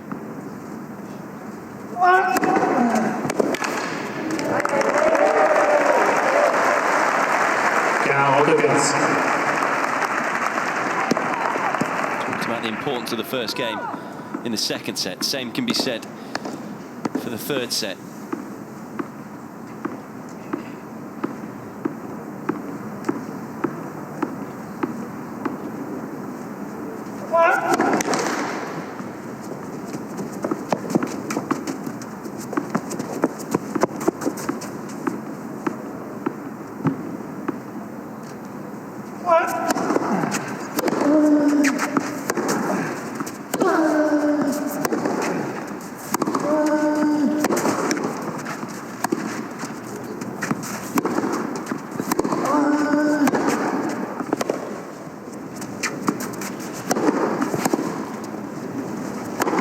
It's a good start to this third set from Novak Djokovic.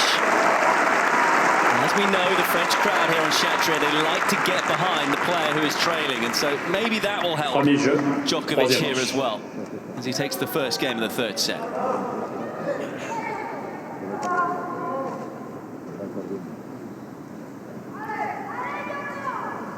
And Nadal continuing on with that serve, the stats favourable for him in the second set. 11 winners, 4 unforced errors. Pete, there's something wrong with him. He hit 4 unforced errors. That's shocking, appalling, isn't it? That's probably made 5 for the match, or 6. I think it was 6, yeah. Because every unforced error he makes really stands out. I mean, if he is to win this set comfortably, Mark, would this be the greatest performance ever on clay? It would certainly be close, in my opinion, given that he's not a younger Nadal. He is 34 years old. We've had an abbreviated tennis season.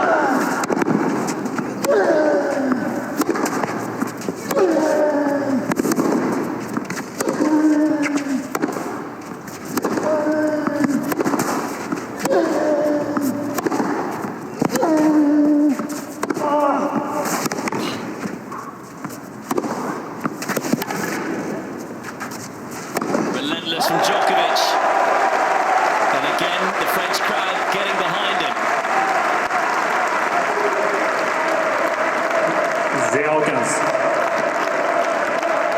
And it's a point from Djokovic that this crowd, and for us, we saw him punch out in the early rounds of this year's tournament.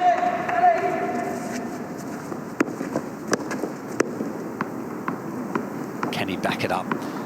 Needs to start threading consecutive points. Build some momentum behind Nadal's serve.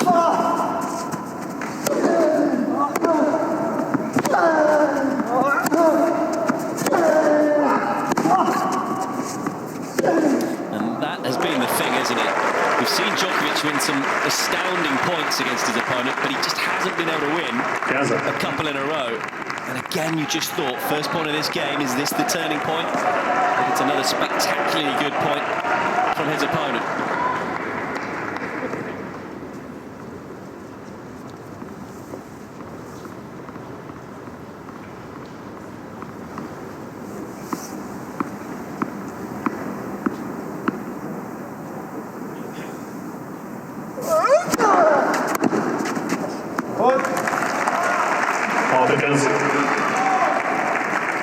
I don't think that people at home would also understand the anxiety that, you know, Nadal making that decision. He's once the COVID hiatus of tennis, he certainly felt like there was not going to be any tennis played for the rest of the 2020 season. And then once that announcement came with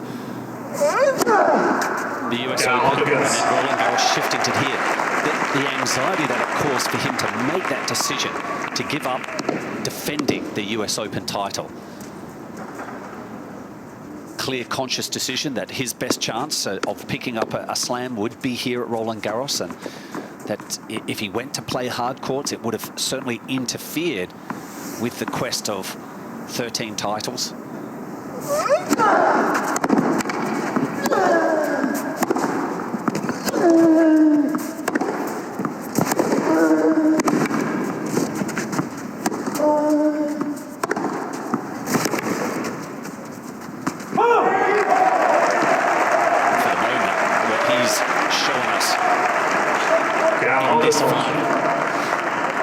Significant level that he has started off in this match, it only reassures him that it was the right choice, he and his team.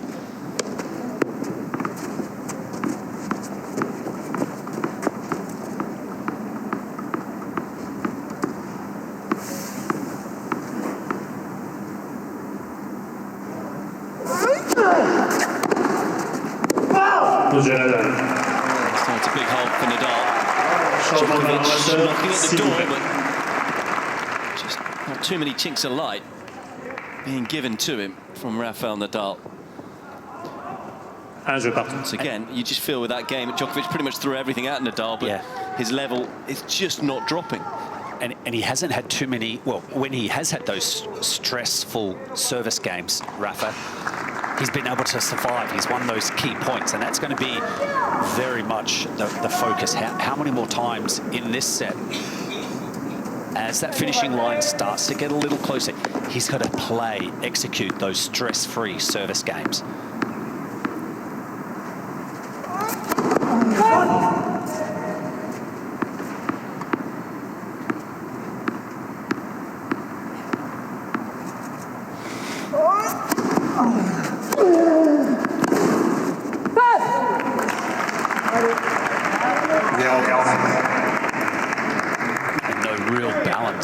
For Djokovic. After the serve, the return came. He moved out to the forehand. He still almost threw his slide as he made contact.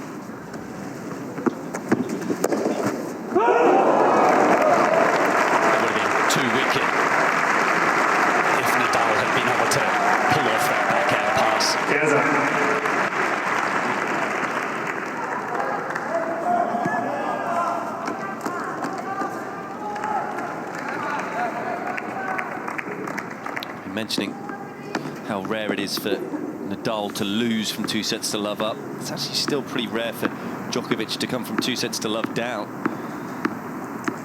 So 4 and 24 when losing the first 2 sets.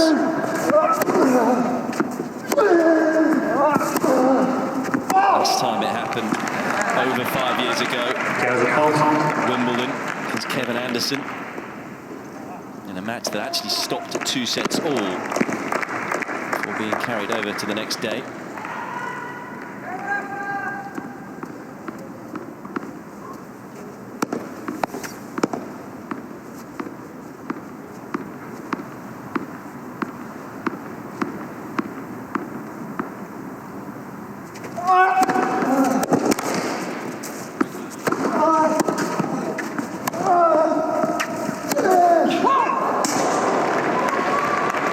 Oohs in the arse ring around Chatrier. Most were expecting Nadal to make that forehand. The way he's been playing in this final. Djokovic hanging on right now.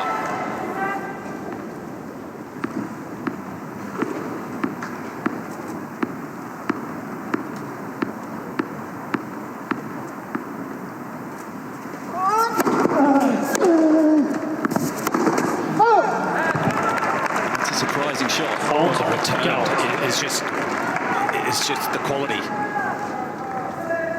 is quite incredible. The fact that he has rarely missed a return off a first or second serve. Break point, Nadal.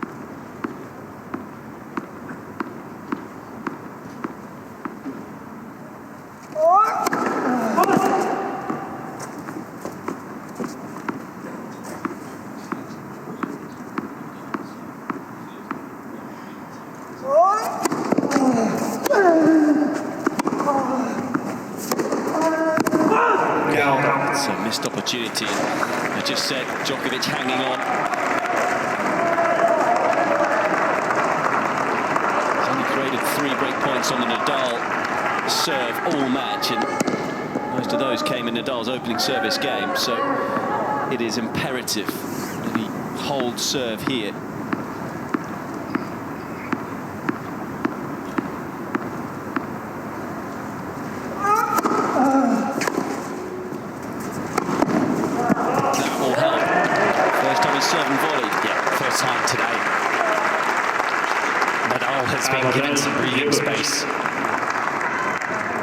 Djokovic's reluctance to serve and volley, hesitancy to serve and volley.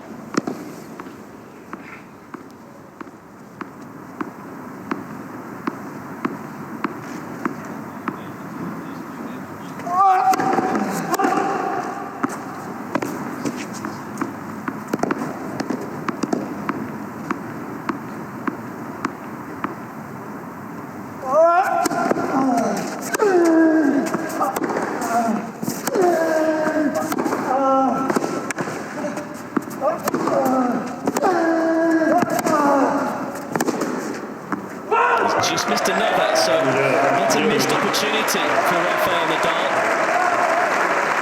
Djokovic digs in, holds, saves a break point, and leads 2-1. Djokovic mène 2-1. Just feel it's a significant hole for Novak Djokovic. It was a must-hold game. You consider how comfortably Nadal has been holding serve. The last time he faced a break point was 3-love in the first set. And who would have imagined that Rafa had such a distinct advantage in rallies that last between 1 and 3 or 4 strikes, weighted so heavily in his favour.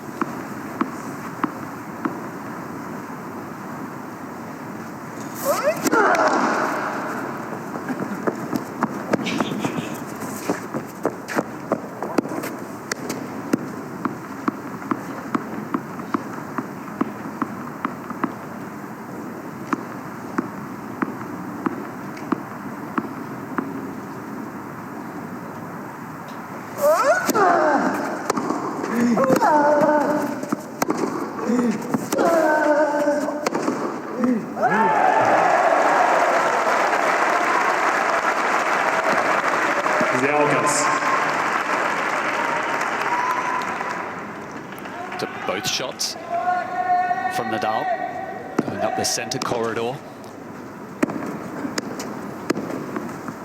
Djokovic hitting his 12th forehand winner.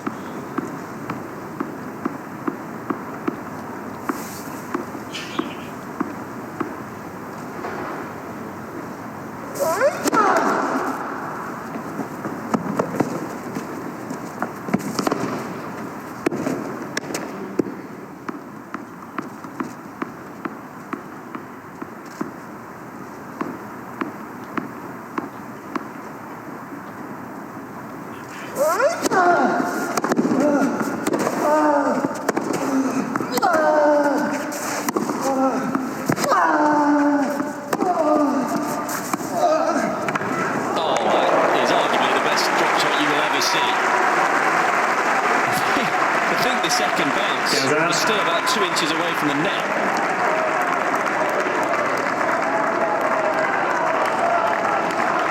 Such a late grip change.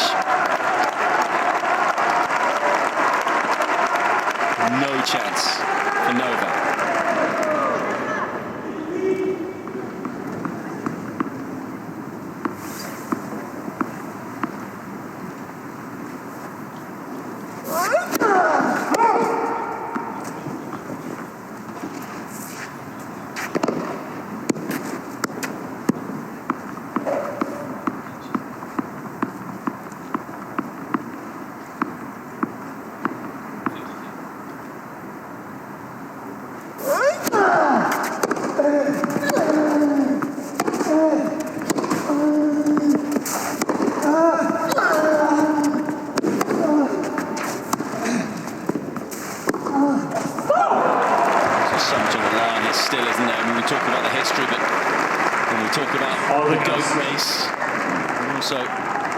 Could this be the greatest ever performance on clay from Nadal? Could it be the greatest ever comeback from Djokovic?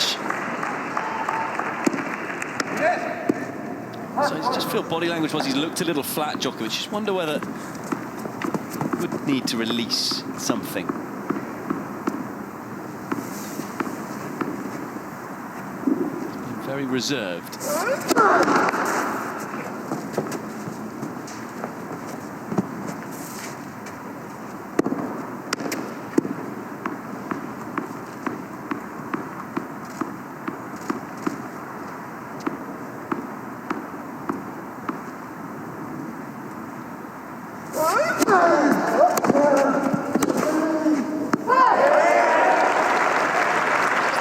Cheers every time Djokovic wins a point. It's a little louder than the cheers for Nadal winning a point. I think those inside Chatrier, of course 1,000 of them, were expecting this match to be a lot tighter, a lot longer. Yeah, I don't think they're the Spanish fans that are here that have the flags. They're not the ones that are really applauding points like that. Maybe the ones that are here to see this magical final, as well as the Serbian fans.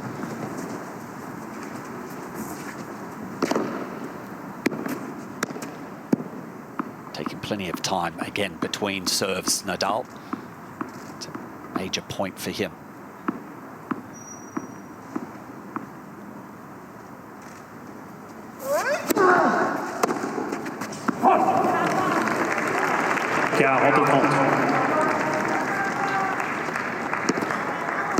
It's an unexpected miss, but I suppose it's understandable with the relentless pressure. He's not been given too many opportunities, Djokovic, and so finally has a chance at 30-all second serve. Maybe the pressure just getting to him to have to try and make something with the return.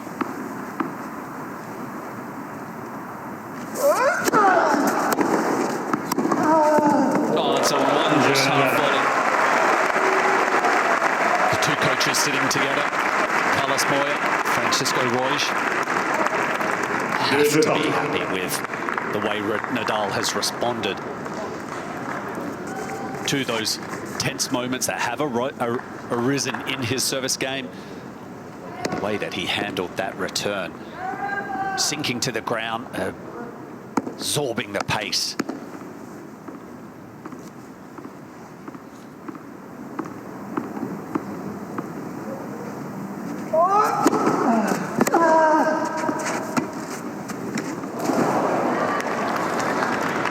The serve and where Nadal was, the sense that the Spaniard was expecting the drop and was quickly onto it, probably would have got there.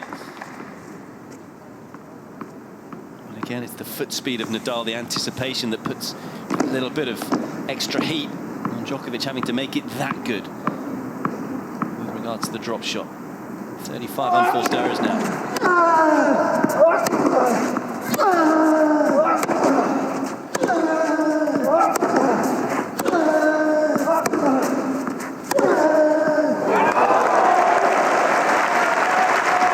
Again, just blowing Djokovic away from the back of the court.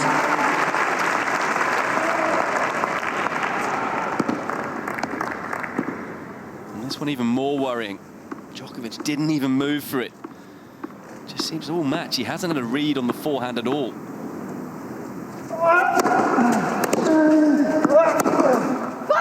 And that's wild. The other concern here is Djokovic is just starting to quicken up in between the points, and that is also a worry. 3 break points for Rafael Nadal.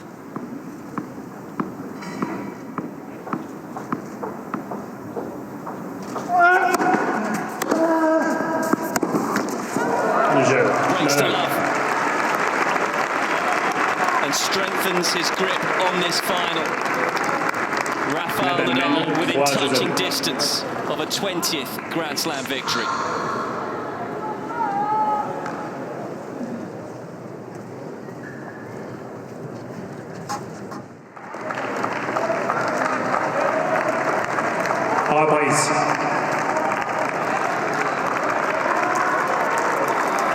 Well, we've seen some statistics today, haven't we?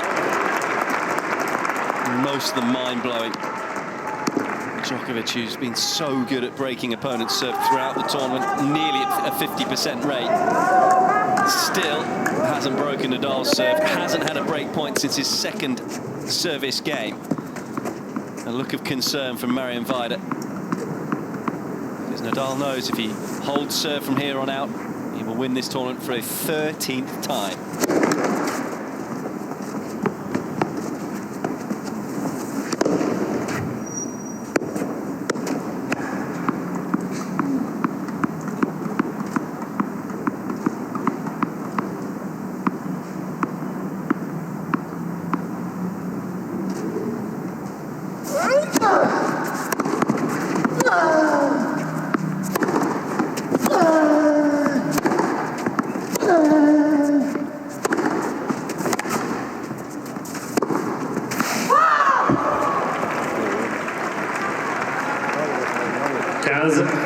Just must be wondering what is going through Novak Djokovic's mind. Just when you thought Rafael Nadal couldn't take it to another level on a clay court, he somehow has.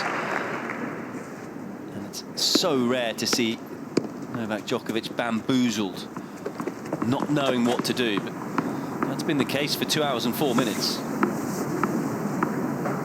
And that sums up just how good a performance this has been.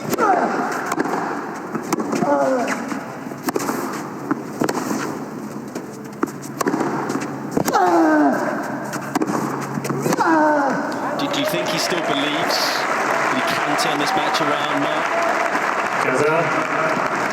The last game, losing serve to love, that was troubling for me to see the way he went about that game.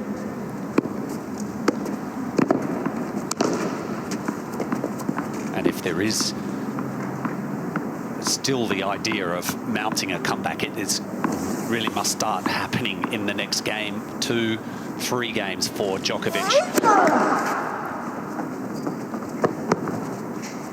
He can't have any more than that. He's only got 3 games to play with. Yeah.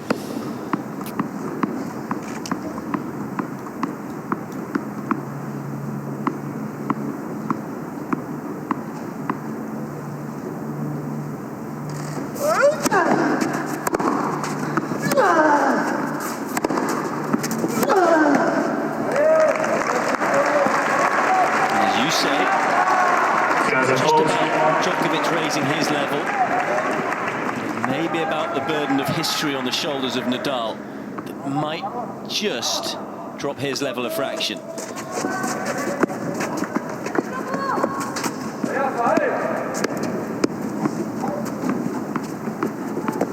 Forced error rate has gone up each set for Nadal. 6 in this one, 4 in the previous one, 2 in the first one.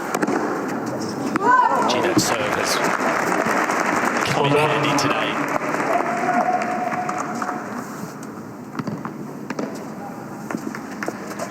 Just short in the box, and Djokovic is forced outside the doubles court, having to really pull the trigger. Nicola Pietrangeli will be presenting the men's trophy a little later.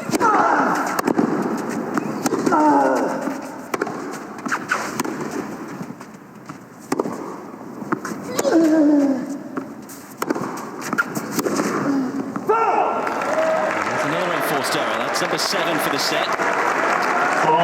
Just throws a bit of a lifeline over to Novak Djokovic.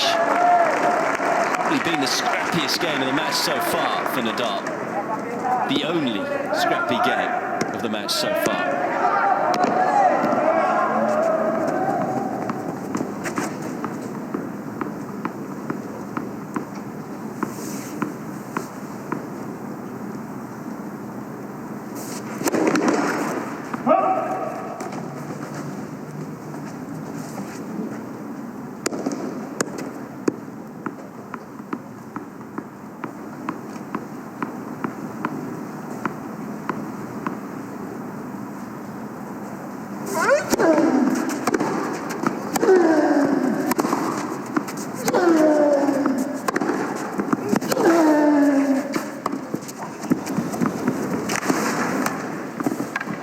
Still, the foot speed just too strong from Nadal.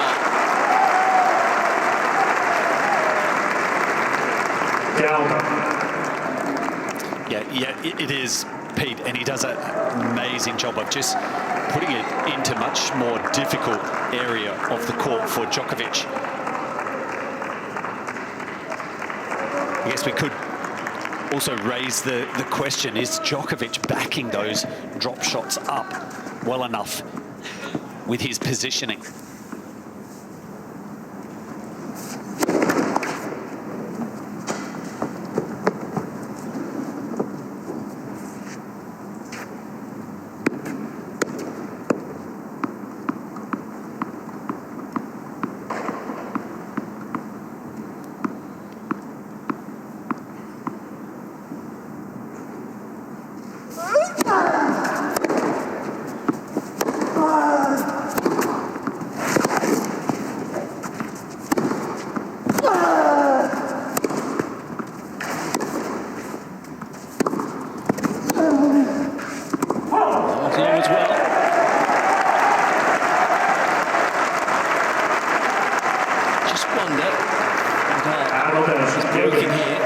See a bit more of a reaction from Djokovic. Encouragement from Jelena.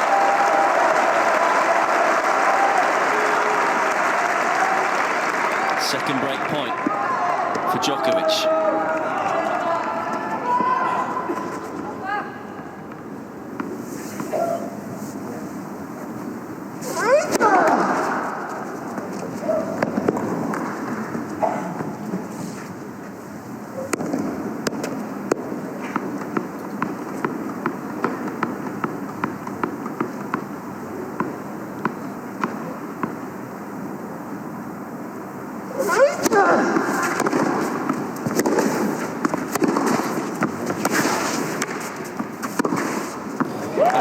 Is never over when Novak Djokovic is on the court, and there is the reaction. And is that going to be the turning point in this final? Djokovic needs it to be as he breaks for the first time.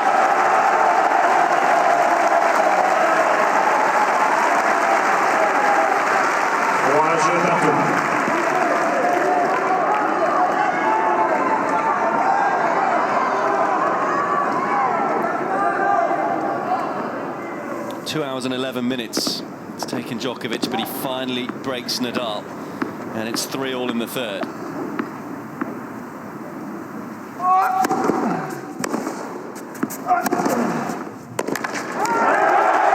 was a much more louder response by Djokovic when he broke serve. The roars trying to loosen up and see if he can hold serve here. Much more muted response from Coach Murray Invider there, just with a fist pump. He might be figuring there's still lots of work to do. Can't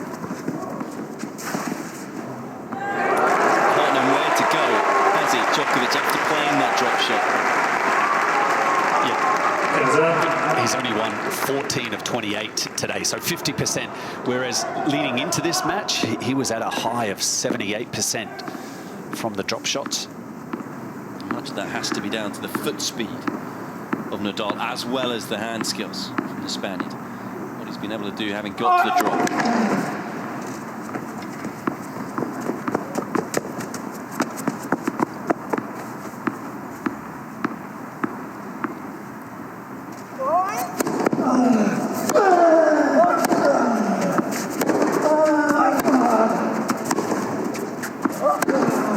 That's a smooth-looking strike as well, isn't it, from Djokovic? Is he just going to free up a little here? There's that release of emotion. Allowed him to play with more freedom.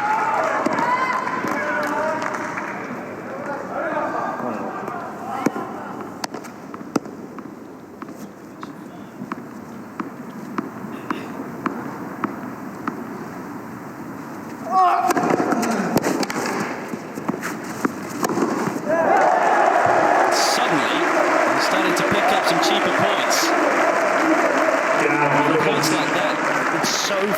far between.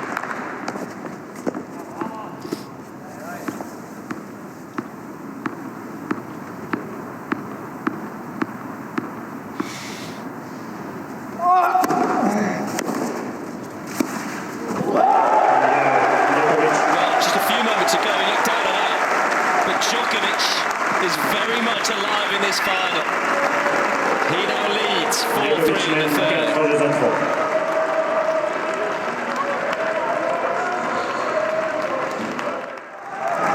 For the first time in this match, there's a different feel to it. There's a different noise inside Chatrier.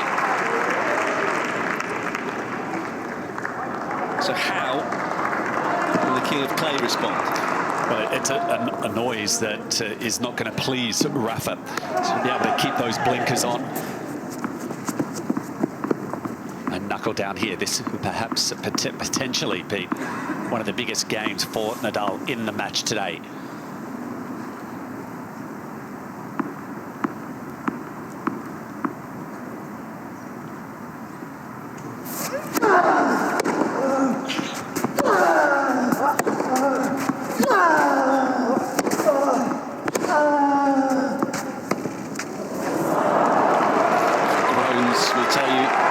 Into the net. Rafa just lofting up his forehand cross court, letting the court help him. See how much higher that Djokovic has had to make contact with that backhand drop shot attempt.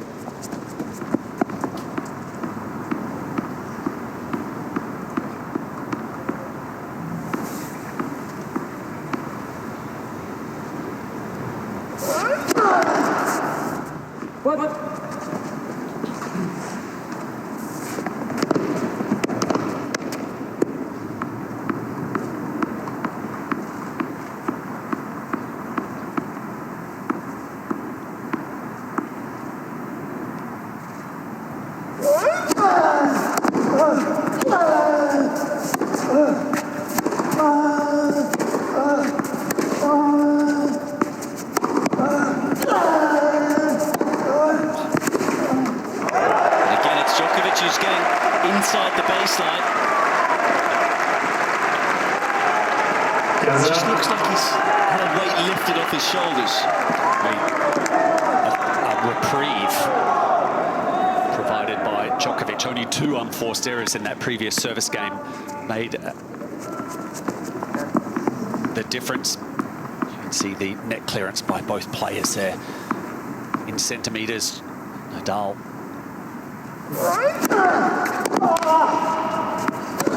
heavy rotation, and that was a heavy forehand after that serve.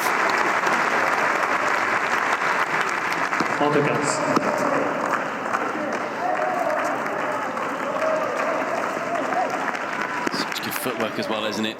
So good at just backing up, but still being able to transition the weight in the right direction.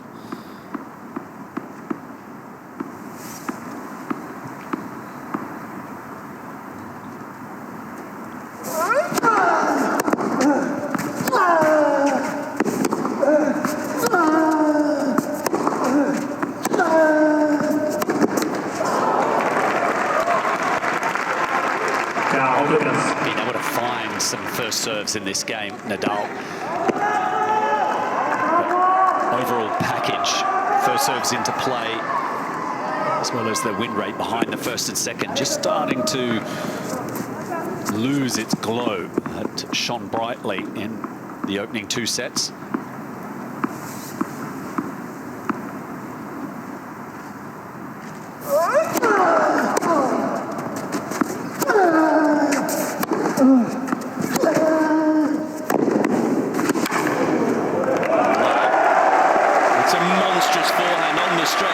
Djokovic, and those were the types of balls that were going about an inch long about 20 minutes ago. This time it finds the baseline.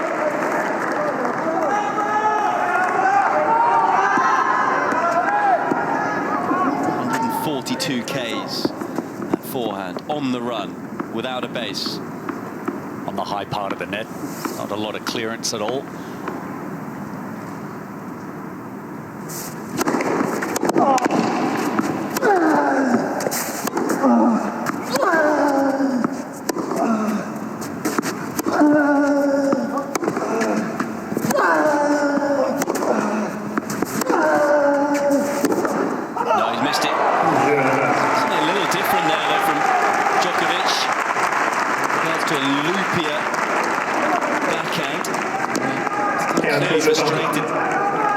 his footing. As I say, has been annoyed with that throughout the tournament.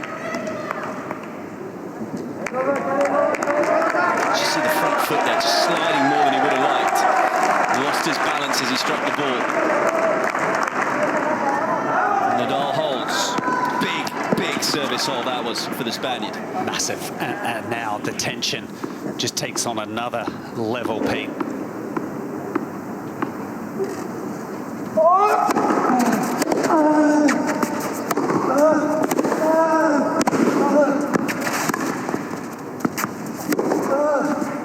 Glorious. Pure ball striking from Djokovic. Intensity for the first time of this match. Feels like it's right up there with what we were probably expecting we were going to see.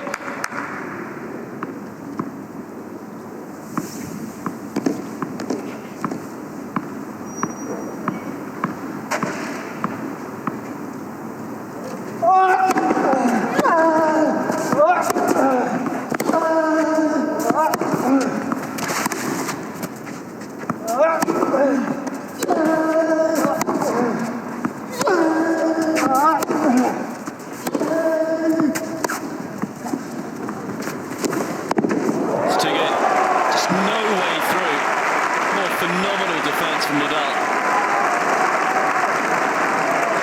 A wry smile from Djokovic, indicating that it was at the top of the frame. Rafa still able to keep the ball inside the lines.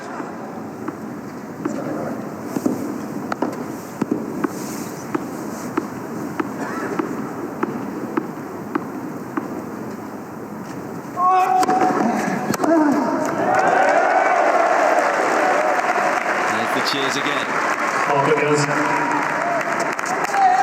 Very rare cheap point.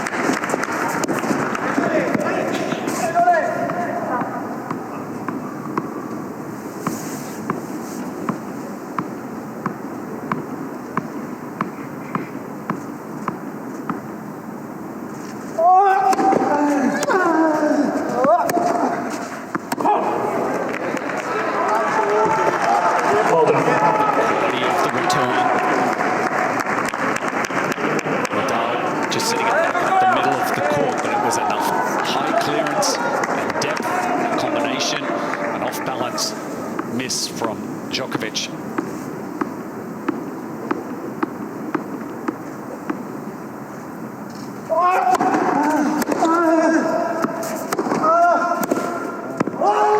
And the footwork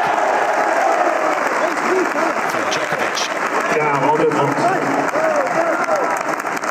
After the first serve, quickly getting up to that ball, making sure that the contact is at a prime strike zone. He's wanting to go quicker.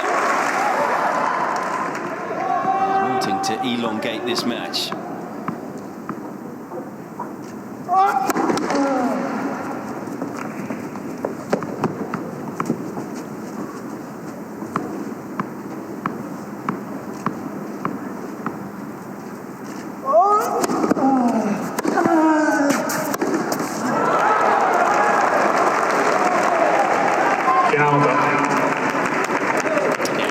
And those time between points, as you say, Peter's quickening up Djokovic, taking a whole lot of time, and trying to also disrupt the rhythm of Nadal.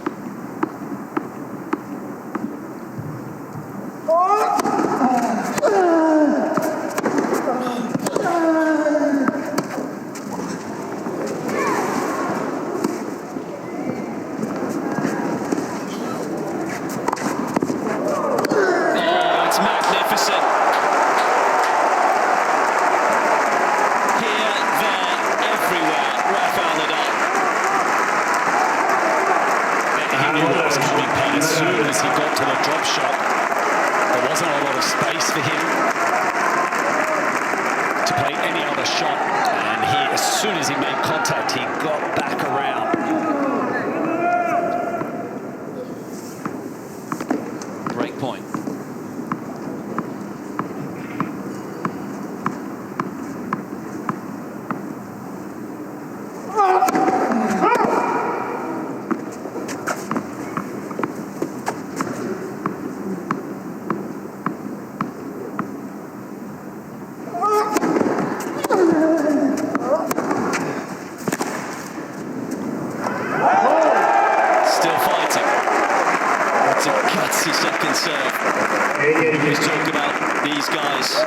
the elite, playing with conviction in the big moments. Djokovic stepped up there. 186 Ks.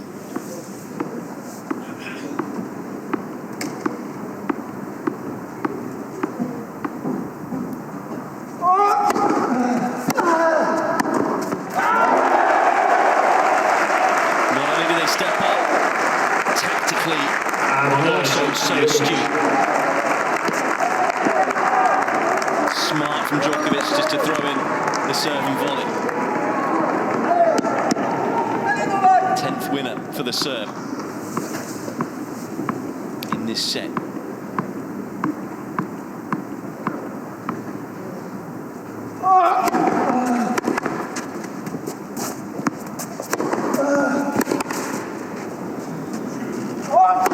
It's a huge service hold from Novak Djokovic. Had to save the break point, but it is the top seed who's a game away from taking this set.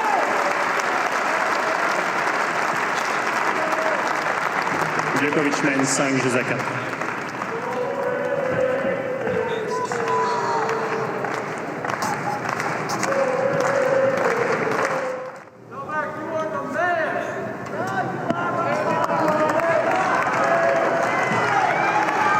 Well, the pendulum hasn't quite swung Djokovic's way.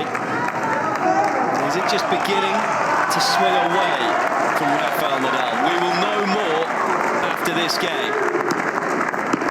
The 12-time champion was a point away from coming out to serve for a 13th title. Instead, he's serving to stay in the set at 4-5.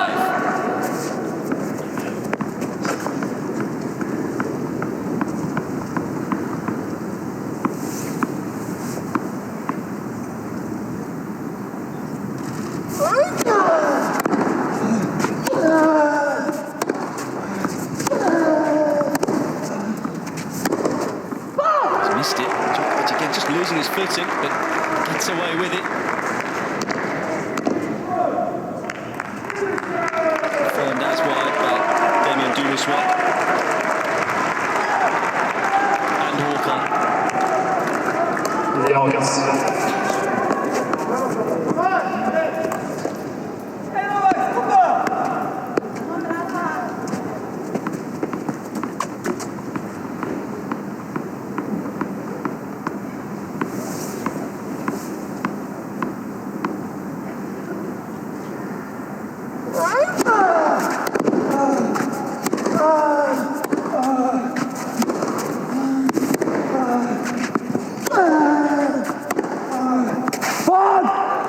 Has he missed that? I think he has just.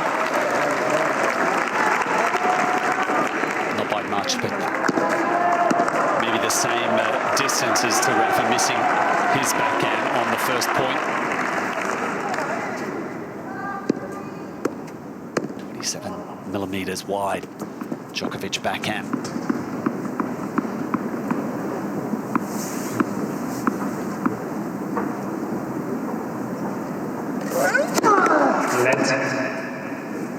Premier service.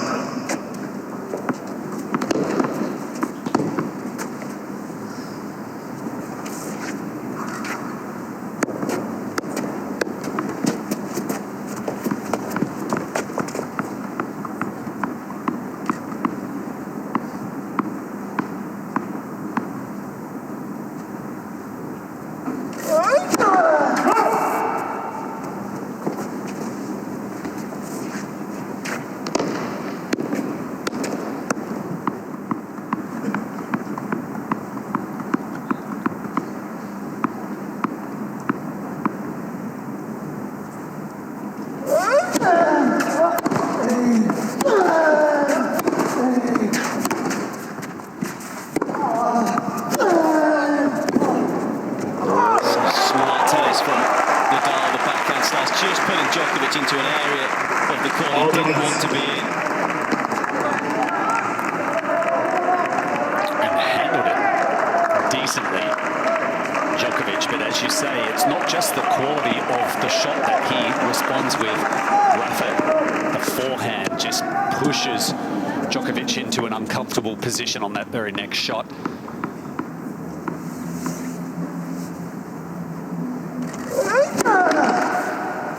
First serve, again, disappearing for Nadal.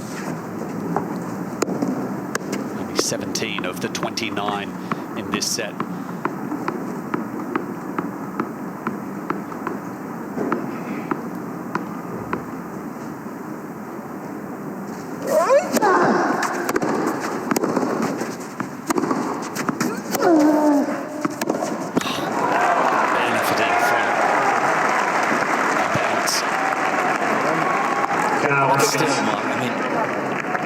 Return had so much on it, and yet Nadal on the half volley is able just to redirect it to within an inch of the baseline.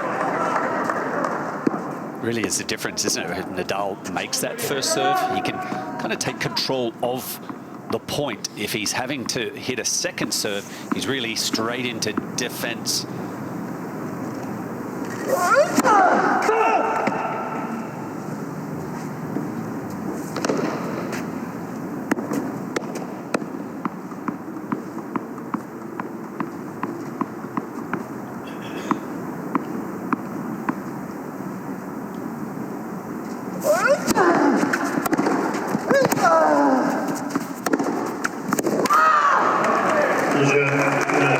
Just low again. Djokovic still complaining about his trainers and how he's losing his footing. Just those small margins, perhaps, meaning he's missing the lines by those small margins. As Nadal is able to hold serve. I've got to say, that was a very good service game from the Spaniard when you consider the pressure. Bouncing back from losing the first point as well. So each time the points go against the server, that pressure is amplified even more.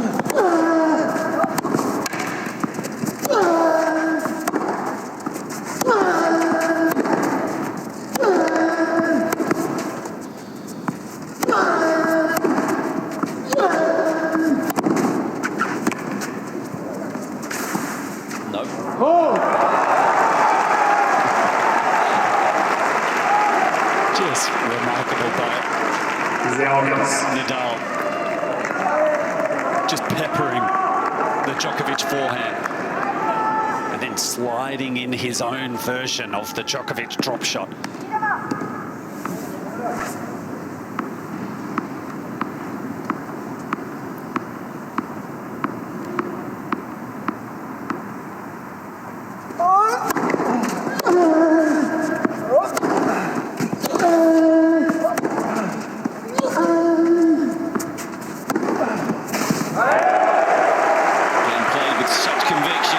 Generate all of his own pace on the ball.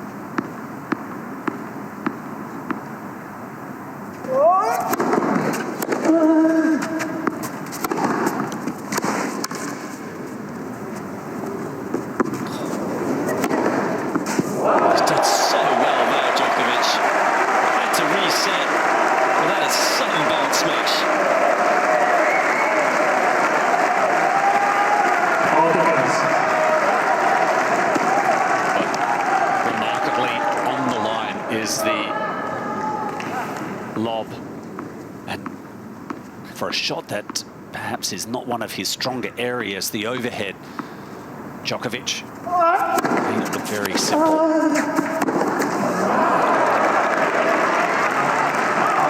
wanting to play points pretty quickly. And looking a little rushed on the backhand. Yeah, and he's back up there to the line. Nadal is still over, or toweling down.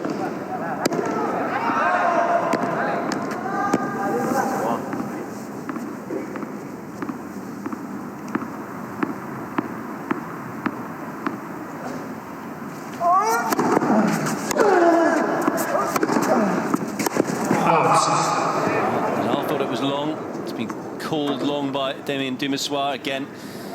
Usually Nadal right, and he is right. Had a break point in the last Djokovic service game, couldn't convert. Can he convert this one? And Djokovic saved the break point with a serve wide. Is Nadal going to sit on that shot?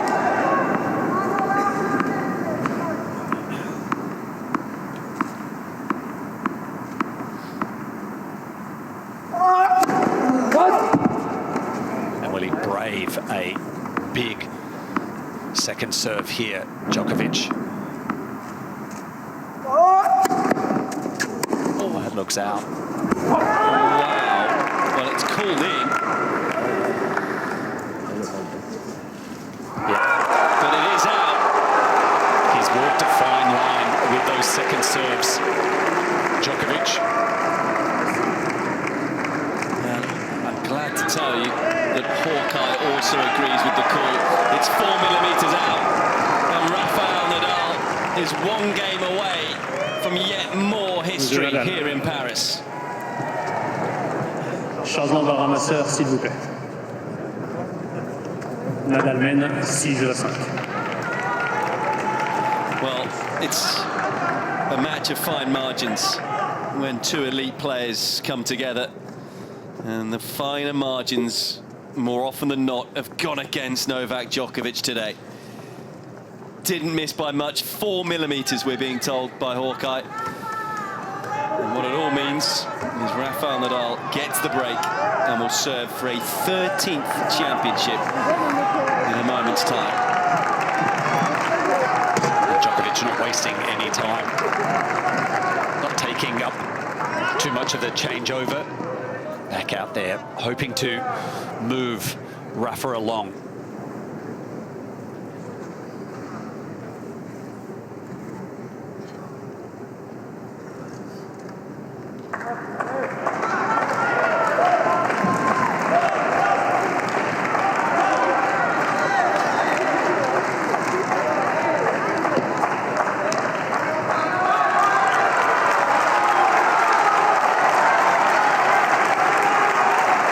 Fabrice.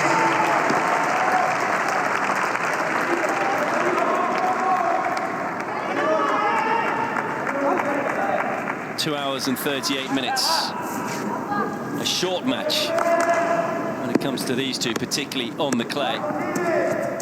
But it is Rafael Nadal serving for a 13th Roland-Garros title and a 20th Grand Slam title. 6-5.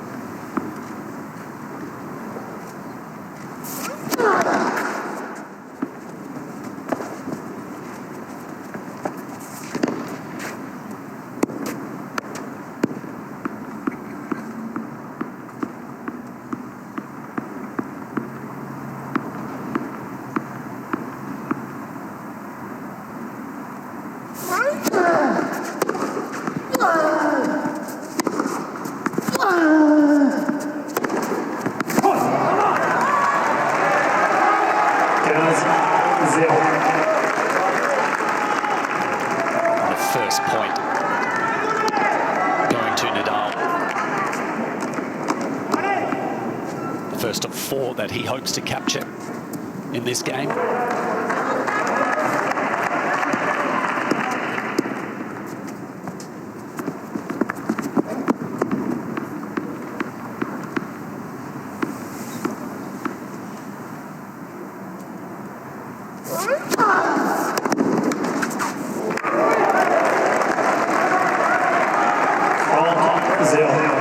Sends down the old faithful left-handed swinging serve out wide to the outcourt. That's a cheap point for Rafa, just that extra buffer.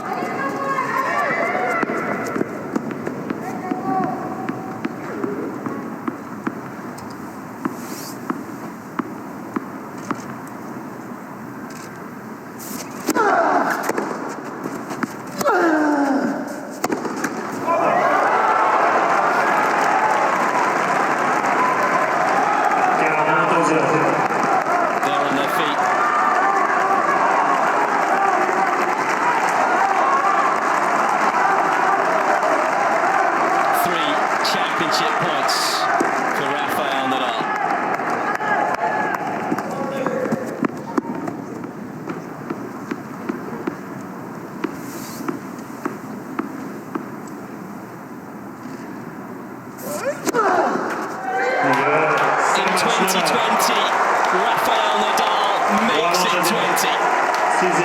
arguably the greatest ever clay court performance.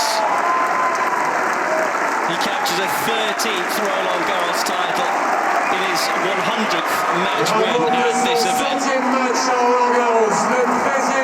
That's about as close to being unbeatable as you can get on a tennis court. Simply phenomenal. Goes level with Roger Federer with 20 Grand Slams. He was awesome from start to finish. Defeats his great rival Novak Djokovic 6-love, 6-2, 7-5 in 2 hours and 41 minutes of quite sensational tennis. Right, take a look at match point. That left-handed serve, a feature in today's match, no doubt in the 13 titles.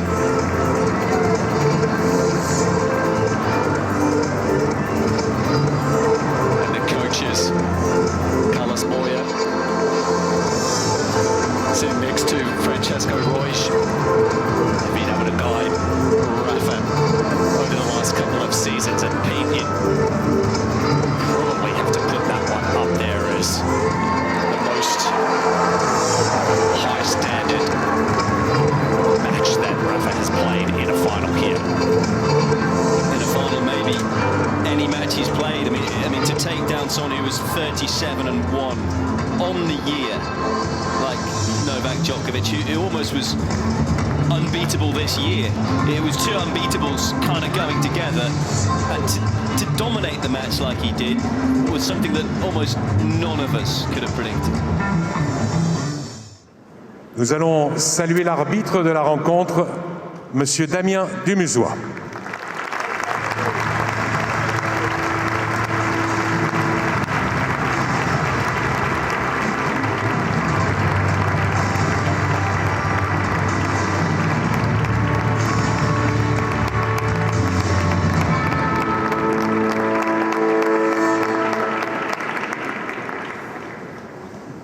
Finaliste du simple messieurs Roland-Garros 2020, le Serbe Novak Djokovic.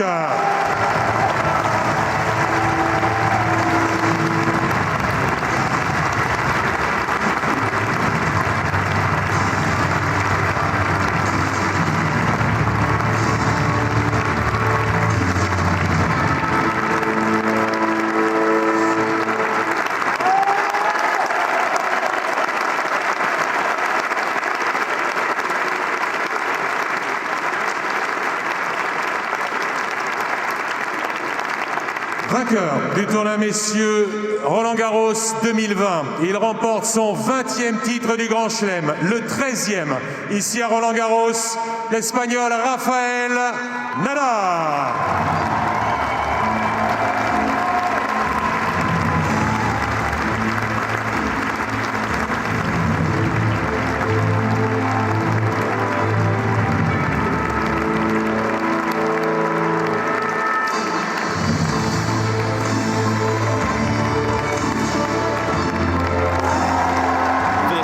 Time, Rafael Nadal is the champion. His 20th Grand Slam achieved in the year 2020. Getting his 100th match win here at Roland-Garros. Have to love it when it all comes together.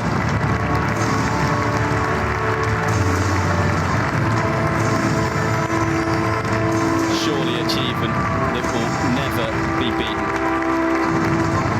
with regards to wins here at Roland-Garros.